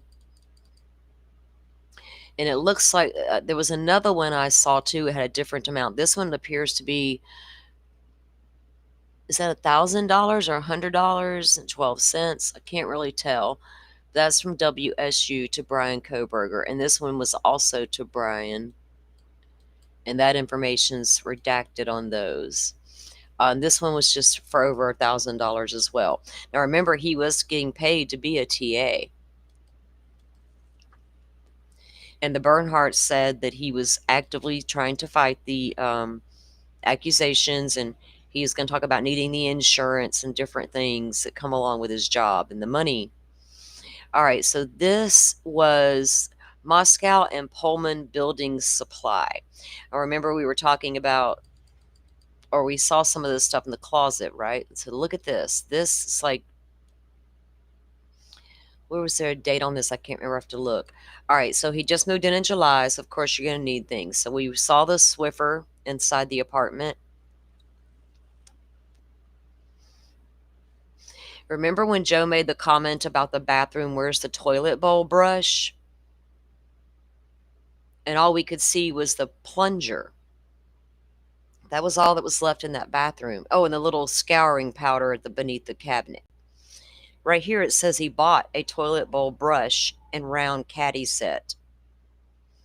So he absolutely did have a toilet bowl brush, but where the hell was it in that apartment, and why was it gone? Wrapped it up inside the shower curtain like we thought maybe he did? Did he use it to scrub the shower stall walls? We saw how clean that was. The writing part says $1,221.53. Yeah, and it's from the university, Riley, so I'm assuming earnings as a TA. I don't know. I'm assuming. Why else would he be getting paid, right? So he absolutely did buy a toilet bowl brush. We just don't know where it went. A 7-inch precision angle broom. So he had the broom and the dustpan. We saw that in the closet. That portable AC unit is right there, that we saw as well. The home is going to add the address here. Returns allowed only on defective products. Okay. He bought black nitrate gloves, large, food grade. Well, where are they? Do we just have one out of the whole box? Are you scared to handle your own food in the kitchen? When the culinary genius is going to put some YouTube shorts out, watch me make this with my little fancy black gloves. What happened to all your gloves? You left and your toilet bowl brush. He left the broom and the dustpan and left the mop. Okay, so he's got the gloves. And then look, Firefly, there's that one 20-something piece tool set of the fastener kit.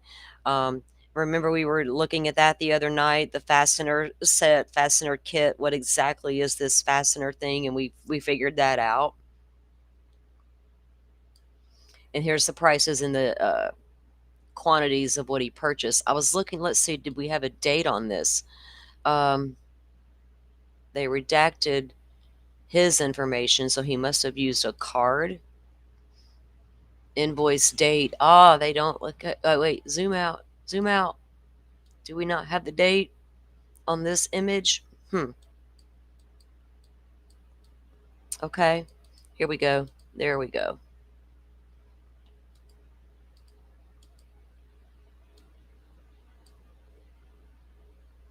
$12 something. Hang on. I'm trying to get it, guys, where we can see it, or my blind self can see. Invoice date 7/1. So the day I arrived, the day he got there, not the day I arrived. I zoomed out a little in case that helps you guys, but I believe it says 7/1/22. So Dad would have still been in town to help him, unpack and make friends. I think it says 25-piece tool set and an 85-piece fastener set, Firefly. As I zoom out, I can see it better, actually. Yeah, 25-piece tool set. And I think that's either 65 or 85-piece fastener. You guys, can you see that? Yeah, right there. Because remember the screwdrivers in the drawer? That was the 10 plus screwdrivers, right? I don't know if it was all a part of a larger set. But anyway, there's that receipt for that stuff. Again, what's this guy doing? Uh-oh. We gotta zoom out. Department of Criminal Justice and Criminology, Washington State. This is his improvement plan, guys, that Heather was talking about too, that he was going to actively fight. Okay. So while he's working on addressing the problems at WSU, Mom is sending links about Xana fighting off her killer. And he don't got much to say about it. Bryan Kohberger, November 2nd, 2022. So 2 weeks before the crime. Meet weekly with supervisor at established meeting time. Keep track of weekly hours and provide report to the supervisor. Establish weekly goals and supervise and discuss whether previous week's goals were met during each weekly meeting. Make sure weekly goals are progressively harder to ensure progress throughout the rest of the semester. So, like, coming in hot, guys, right out of the gate, he comes balls to the walls, a walking red flag, like my thumbnail says. And he started waving that crazy flag the minute he landed in town. And we got professors and students and peers complaining about the guy hot and heavy. Not just one, but multiple people complaining. We got a girl across the way complaining about somebody broke into her house. Come help me. We got a couple of cops going all rogue in the parking lot and finding this random 2015 Elantra that nobody cares about. And we got a dead victim in Moscow who has a sister attending WSU. We're good. Everybody's safe. You can go home now.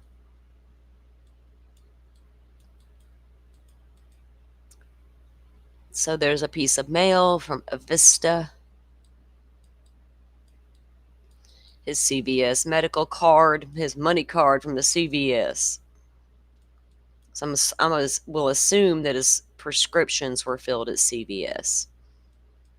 Oh, is there a way to get into that account?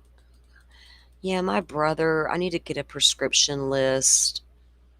We need to continue his meds in the prison. Okay, so there's that damn Dickies tag that turned out to be a beanie. One size, $12.97. We heard and heard and heard. Walmart receipt, Dickies tag, found at the crime scene or found at the home of the perpetrator, alleged perpetrator. Turns out it was a damn beanie. Now, could it have been a beanie he wore instead of a balaclava, I suppose? Maybe he got the beanie and he was like, wait, this is not enough coverage. Let me get the balaclava was the better choice. I don't know. So there it goes through what he bought.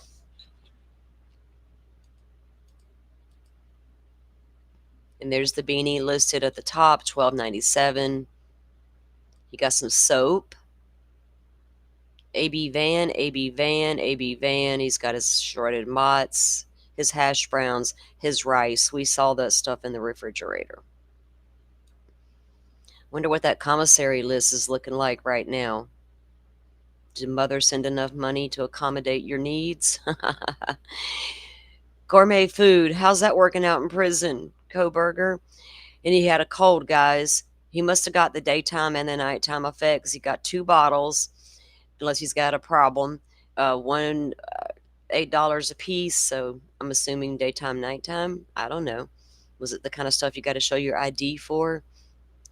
Men's furnishings, $21.99. What's that? Who's got their Walmart app open? Put in that SKU number.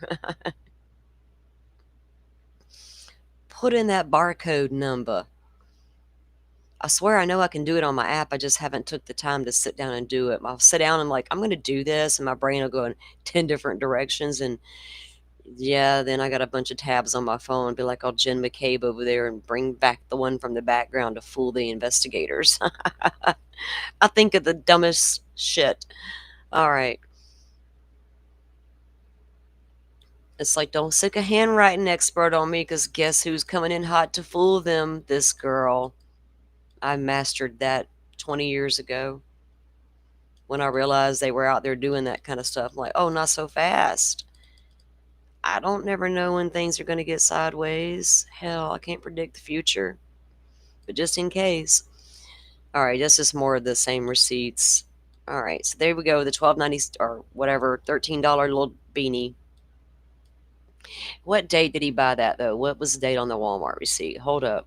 We're missing a crucial piece of information.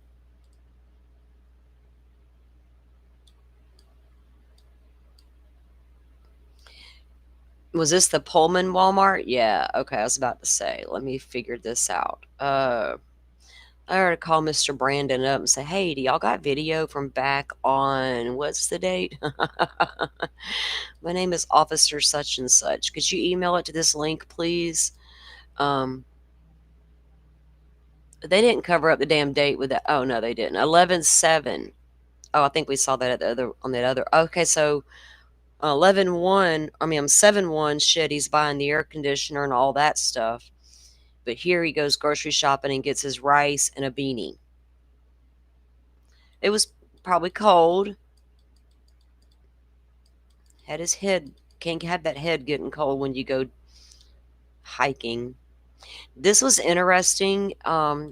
Something that Dolphin, we were, and Firefly and I were taking a look at, trying to figure this out a little closer. Let me get it turned around here.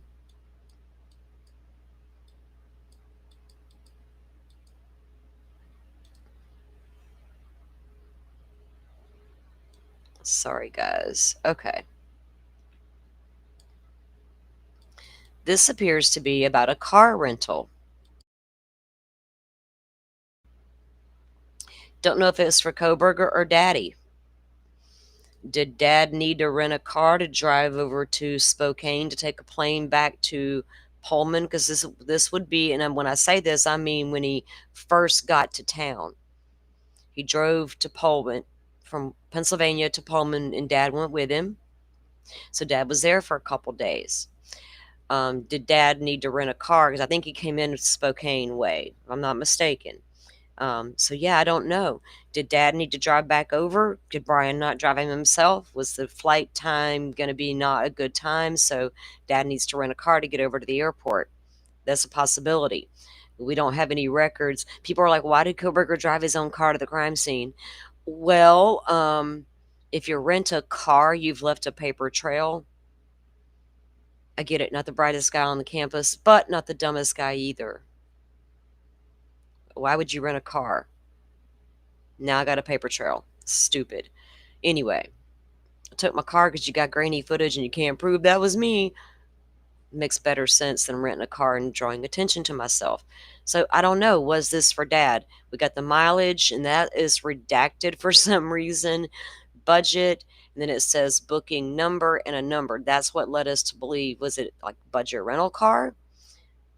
Written on a cardboard piece of paper. Well, you had a whole ass composition book where you were writing your name and the date down. So I don't know why it was torn off onto the little cardboard piece of paper. Yeah, Rachel, in that area, a beanie is not weird. In my area, it's not weird for the guys who deer hunt because they're deep in the woods well before daylight, and a lot of guys shave their heads, cut their hair all short. But it's not a very common thing in Florida. Your head will you will get hot in the winter. I can't stand them things on my head. It's not something they sell a lot of here, unless you go to like the Bass Pro Shop and the Walmarts, and usually it's the guys who are working in the winter elements or hunting, you know what I'm saying? But in that area, it would be very common attire, right? So nothing unusual about the beanie.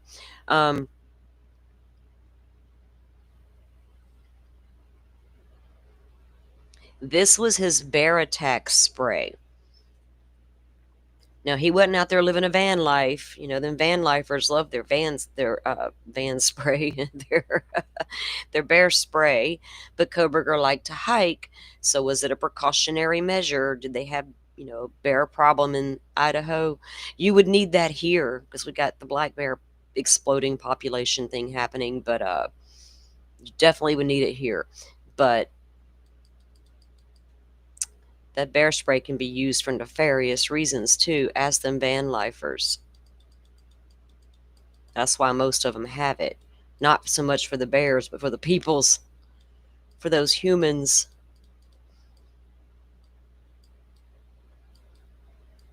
Okay, there's that vacuum cleaner, and we're going to see the bottom of that thing.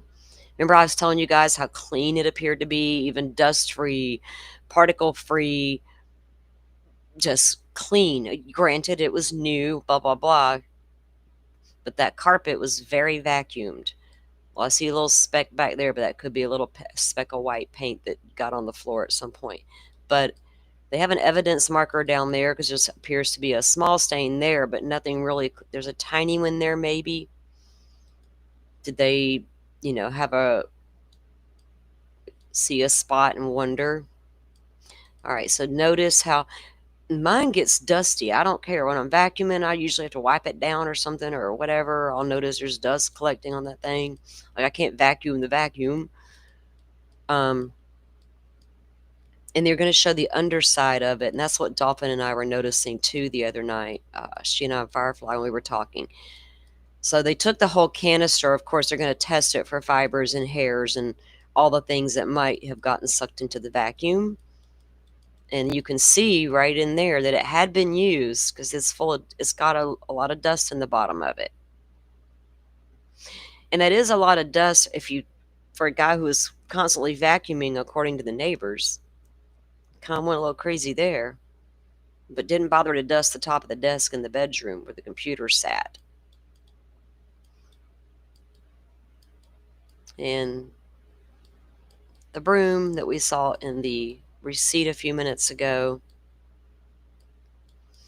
and they put a marker on there. Was there a possible hair or fiber, right, on the broom that they needed to test? Of course there's going to be hairs and fibers. You're in somebody's home. But what are they, right? Whose are they? If there was a hair, was it a different color than your perpetrator? So there we got, you know, just the remotes laying there in that little ring, a little metal ring. I don't know what that was, where it come from.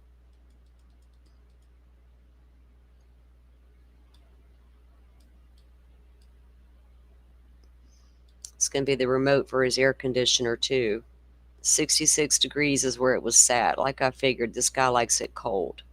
He doesn't mind the cool weather.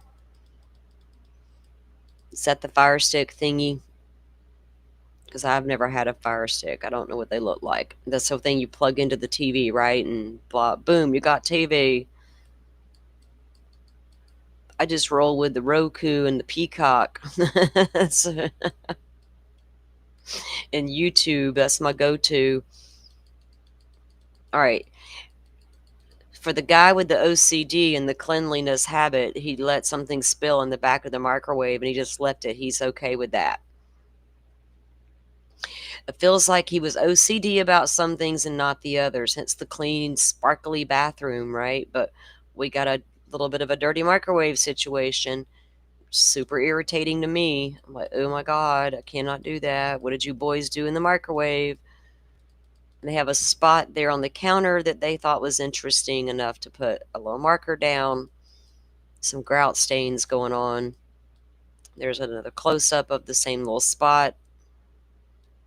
But then again, you know, like we were talking, this is an old apartment, how long some of those spots had been there. See, there's how that image I was telling you guys about where they folded back the mouse pad and you could really tell just how dusty that desk was. I sit at my desk all the time, all day long with you guys. I'm like wiping things down over here. Like, where's my little wipe thingies I have? You know, the cat may have jumped up at some point or whatever. That would drive me insane. That's what would get me with my OCD, or whatever it's called I have, that compulsive disorder. I'd be like, y'all hold on, give me 5 minutes. I got to clean this real quick. Should have done that before I started. But yeah, that wouldn't fly with me. I'm not saying I got the perfect house and it's not going to be dusty from time to time, but it not to that extent where I could draw my name into the desk and be like, hey, y'all see them cars that say wash me? You could seriously write that into that desk.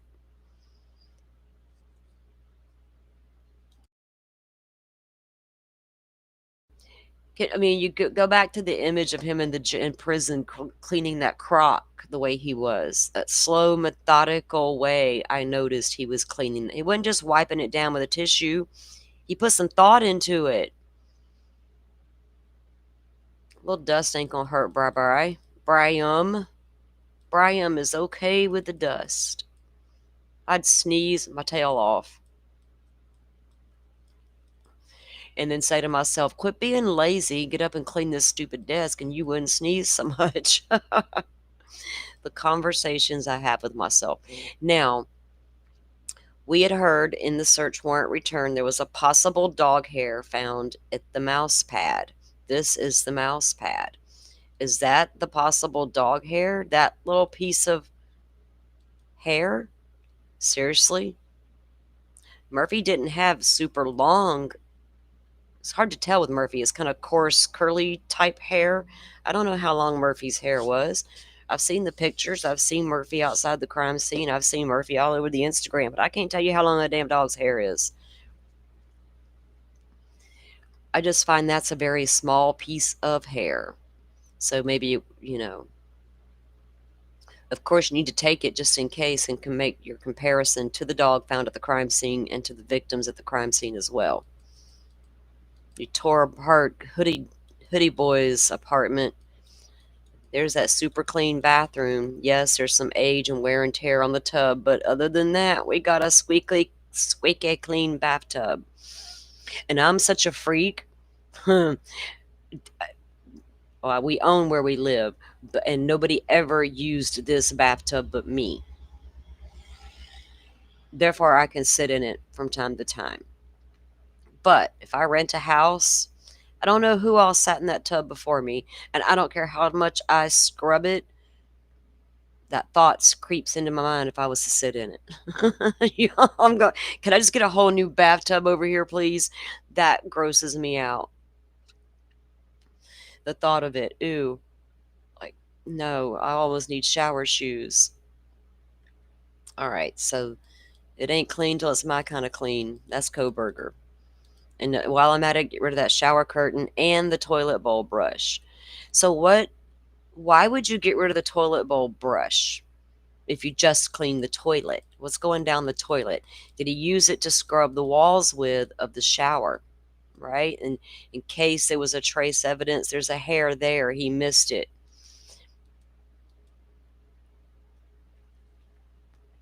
So it looks like O'Brien hair. I don't think anybody else is going to go up in that shower.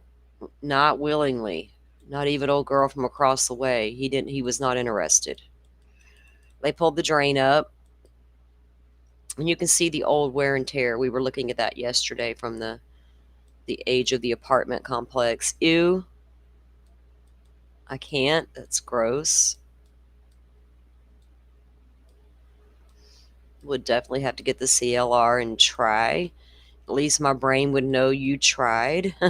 It's just a stain. It's okay. Again with the dust. And like I pointed out yesterday, just the sheet on the bed. He doesn't like the blankets. That's how we know he likes it cold.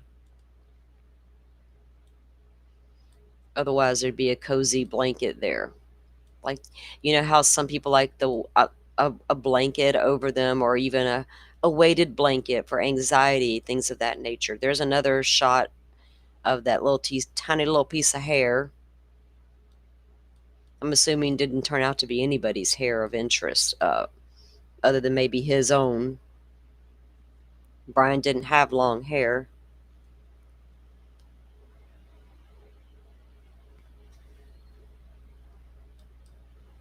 Yeah, bleach that tub, Riley. I think that dude used a whole bunch of bleach. He's like, I need that giant bottle, but also he needed. And you know, when you use a lot of bleach, guys, that smell is, to me, is so overwhelming, and that shit will linger for days. But they didn't search this apartment for weeks, 6 weeks. So any sign of a cleanup, smell of a chemical heavy use is dissipated by then, right? And we also knew in the search warrant there was a spot on the pillow or hair. This is another hair on the sheet, but there was a spot on the pillow that tested presumptive test for blood, and it's right there. And they're going to have a marker on it, but it's right there on the pillow. Now, yes, that could have been caused by anything, right? A nick from shaving, a nosebleed, who knows what it came from. But if it was his blood, it's his and not a victim's. See, there's a better image of it. But of course, you need to test it and figure it out. I'm assuming it wasn't a victim's blood, or we would know. That would mean he went home and laid down with their blood on him before he realized it, or took a shower, and if that was the case, there would be a lot more blood. So chances are that was Kohberger's blood all along. There would just be more on that pillow otherwise. I'm sure he didn't shower and miss a spot, right?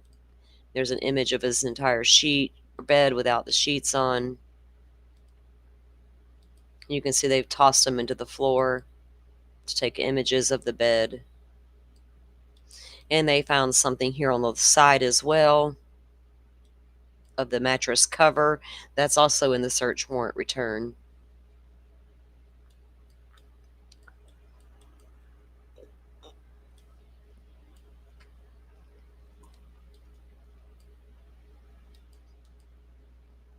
And then they've stripped the bed here down to the mattress to take images of that.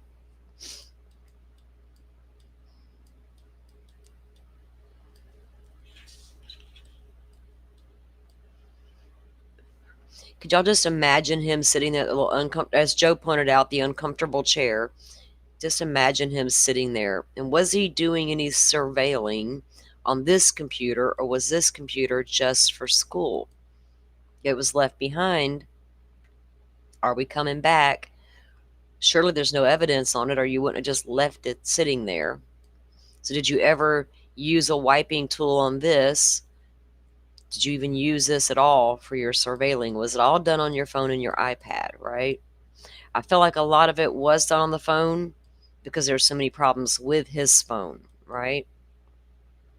Another image of the vacuum. See underneath, ladies? Y'all know what we're talking about here. There's nothing.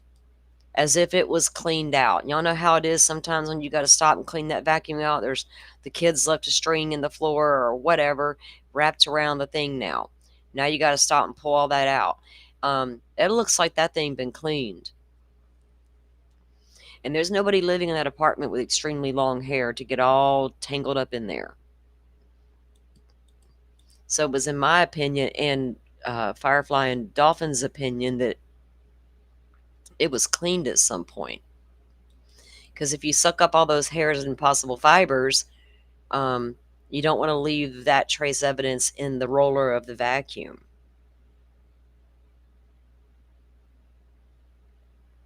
What if he had a different chair but threw it away before he left, since it probably had his DNA on it? Well, then everything in the apartment would have his DNA on it, though. And it looked like the little chair stool woozy looked like it came with the desk, like a set. So I don't know if he ever had a different chair or not. So there's the bottom of the vacuum. And that was a darker image that you can't see. There's one, but it's dark. But there's literally nothing on this darn thing. Not even a carpet fiber. Not that I can see. See, there's a better image with the better lighting. I see like right through here on the bottom, there's a little, and there's a, no, that's not a hair. It's just a curvature in the actual thing. But there's a little dust in there. But the actual roller itself, looking at the little brushes, I don't see anything in there. Isn't that crazy? Yes, Carrie, it's a chore to do that, right? Who's going to want to do it after just a couple of vacuums or a few months of vacuuming or whatever? When did he clean it out so well? After each and every time? Is he OCD? Like, I don't care if my desk is super dusty, but damn it, that vacuum cleaner cannot be. Weirdo. The undercarriage, I mean, it just looks too wiped down in my opinion. And then you can see those bristles up really close. There's like something wrapped right there all the way around, it looks like. You know, unless the guy was really clean, didn't track a lot of dirt into his carpet, and it's just so new, it doesn't have a lot of wear and tear on it. Could be that. Could be my overactive imagination. Like, oh, he cleaned the vacuum cleaner. I'll be on somebody's live stream. Salty's over there saying he cleaned his vacuum. And it's my opinion. And we know what they say about opinions. Everybody's got one. All right, refrigerator, bottom drawer. They pulled out the refrigerator and checked underneath. Apparently there was a leak at some point. The flooring is horrible.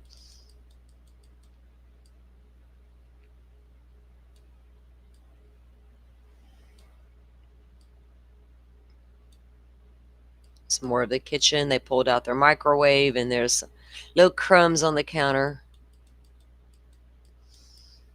I guess.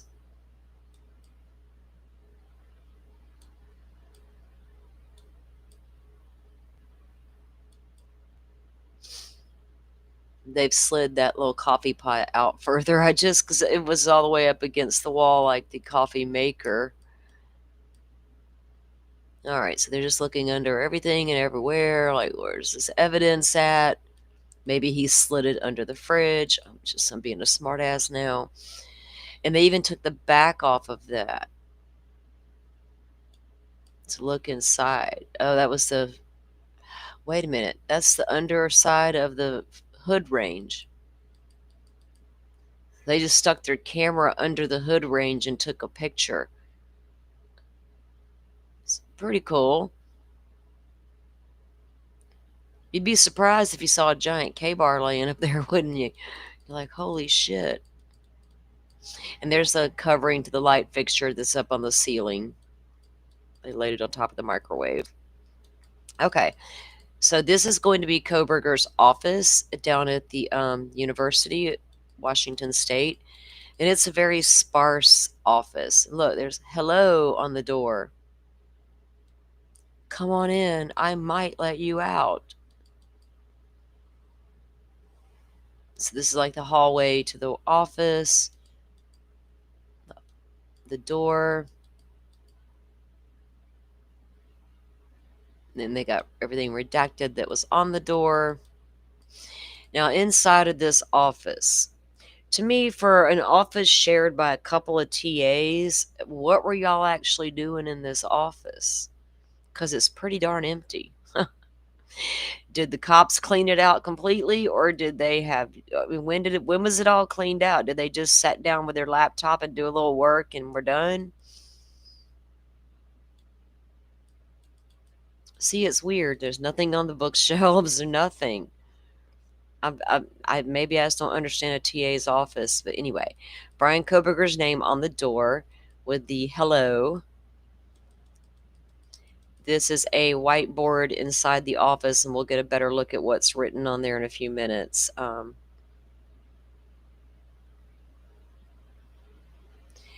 When did he say that, Jet? Over on Interview Room, one of those shows? They just did another one the other night, and I think I fell asleep during it, so I need to no, I watched it when I got home from the races, and I did fall asleep during it.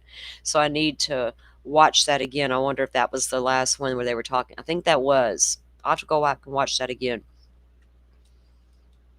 Okay, I'll show you guys what she's referring to. Okay, so this is the whiteboard. We'll still get a better image of it in a minute. That Kohberger's name is on there. Up here it says Bryan. And it looks like they were either looking at a case, working a case. They were having its notes about things, and we'll still see a better image of it. And they do have some of the stuff on the board redacted. We do not know why. If there was, specific personal information about other TAs or what. But yeah, very sparse office. Now remember, the Asian girl, it was stated that she had a key to her apartment inside the office in the drawer at her desk. And she had noticed the key was missing. And she asked Kohberger, had you seen my key? He tells her no. Later that day, her key shows back up in the drawer. That would be in this office. You just got an empty office, but you put your key in the drawer? A trusting soul for a criminology student. Oh, and by the way, can you come put a camera in my apartment? Whew. Research methods in the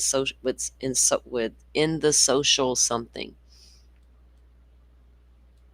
And there were a few sticky notes here and some pieces of paper on the desk.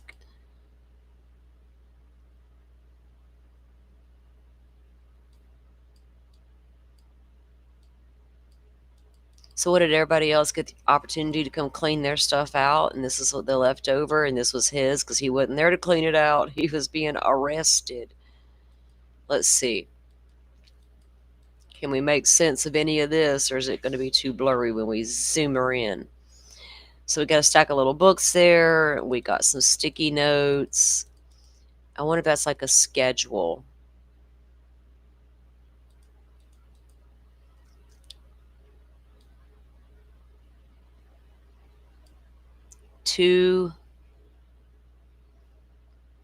I don't know, about, for, of. I don't know, guys, if you guys can see that any better than I can. Sometimes you zoom in, it's better. Sometimes you zoom back out, it's better. Oh, do we have clearer images of what the crazy notes say? To, about, something, and of.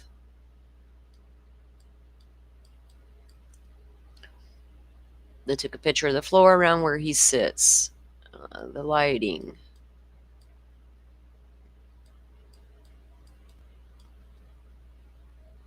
I wonder if this was Kohberger's desk to the right where we saw the sticky notes just now. And was this her desk right beside him? Quick and easy access to the drawer with the key. Did he sneak off and make a copy of the key at lunch and then put it back?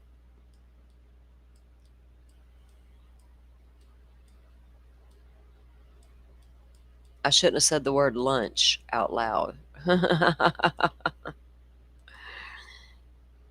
Speak it into existence. All right, so just random empty office space stuff. All right, so take it easy and don't give up. Let's go. And here you can see, let me get over a little. There's going to be other images as well. Let me see if this is one that you can see. No. Okay. So we got take it easy, don't give up.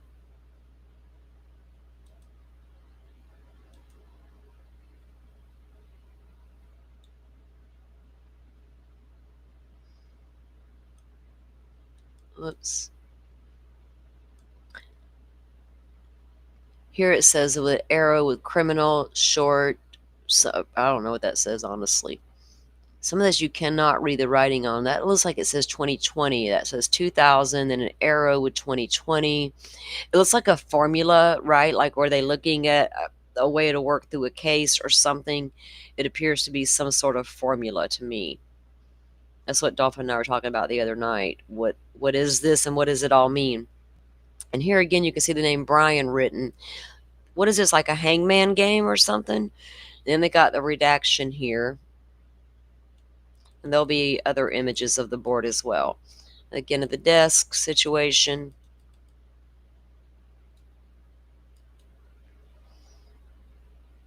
Kohberger's name. And then the redacted stuff as well.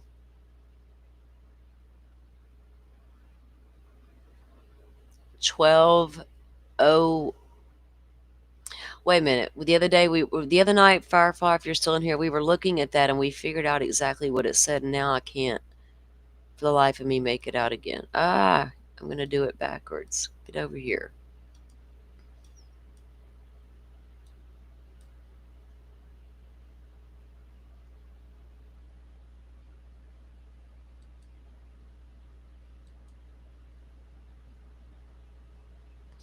Because it looks like a 1 and then it almost like a 1, 2, and then /001. But this was, I don't know. For some reason, Brian's name's up there and then Kohberger down here again, and we can't see what. Now, there's another image that we found that is zoomed out, but you can see that unredacted part, but you can't read what it says. Because then when you zoom in, you can't see it anymore. Person with hands up, Riley says. That little the hangman drawing. Yeah. I got my hands up. I need an alibi. Find me a witness who can testify. All right. We are almost to the end of the batch of photos, guys.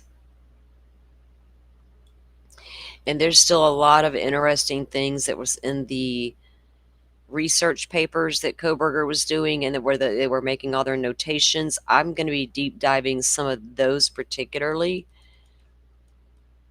And base a discussion around some of that, because there's some of that stuff and compare that with also what we were seeing at the WSU reports that were coming out. I still haven't put all those together for us and to a comprehensive show about what was really going on with this guy and where. All right, so again with the whiteboard photos. So there wasn't anything, evidentiary found in the office either. There's one large look at it. There you go. Let me zoom out just a tad bit more. There we go. The whole board now. So this was what was left on the board that they were able to take an image of. I would like to know what the redacted parts say, right? We don't like the redactions. Inquiring minds want to know. And when y'all do that, it makes us more curious. It's like, why? What does it say? Kohberger could have done this. Were they having that discussion that day? And it was like, oops, don't tell nobody.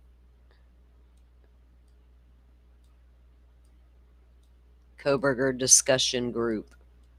Could you imagine the discussion they all had once he was arrested for real? The little group thread they all probably jumped onto. Oh my God, could you believe that guy? We knew it all along, kind of thing.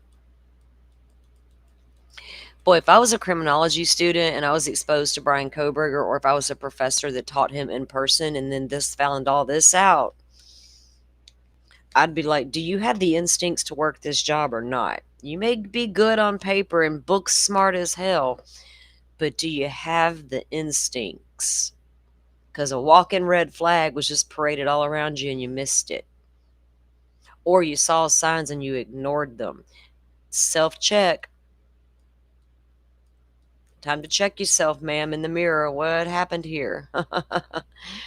Going forward, don't do that again. Trust the gut.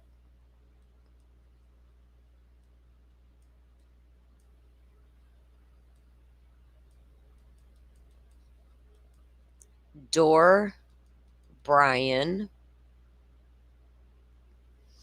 Was this a seating chart? And that was everybody else's seat, beneath Brian, the TA? What in the world? I don't know if that's Korean or not. Who was it that said that? Jet? I don't know nothing about Korean language or what it looks like, so I don't know with the word knife. You know what I mean?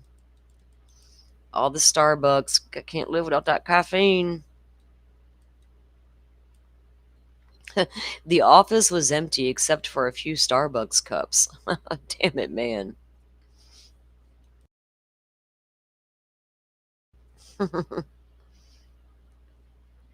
Essential Supreme Court decisions, summaries of leading cases, gender, nature, and nurture. Well, Mother would probably have done that as a read along with you. The back of Xana's car. Her little Honda Civic.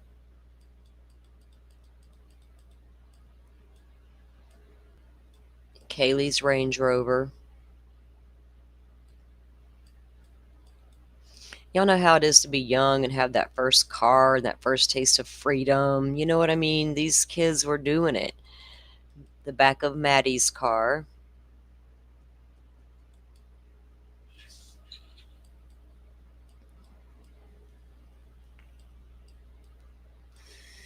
And the Chapin's Jeep Wrangler.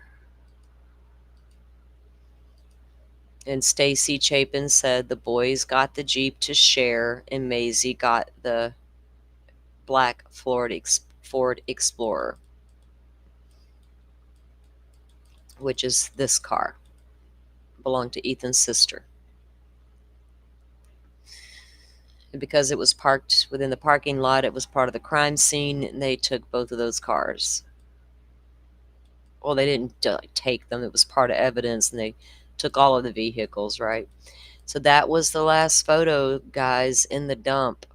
I do not believe anything's come down. I know nothing's come down out of Moscow, Idaho website, because they got the brakes on with the pending litigation with the two families, the Chapins and the Laramies. As far as the Idaho State Police, let me check and see if they have or haven't dropped anything new. I doubt that they have, but you never know. And when I checked this morning, there wasn't any new updates on the actual docket in Moscow as far as the unsealing of the evidence goes. Okay, I think this is the website here.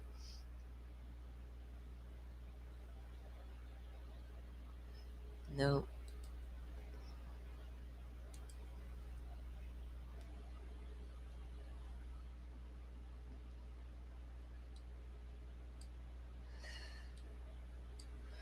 I don't see anything new, guys, that's come down, so we're going to leave it with that. Joe does, well, I guess Joe still plans to go live this afternoon or maybe even this evening. I haven't seen him today or heard from him, but we did talk yesterday. Let me see if he's got anything scheduled up yet. He may not know exactly what time he's going live with it yet. Like I said, Joe's supposed to head out tomorrow over to CrimeCon for the weekend. He's going to be bringing some little mini lives out with that. You guys stay tuned for that. Hopefully we can get him up sometime over the weekend and do a little chit chat with him and see how things are going over there.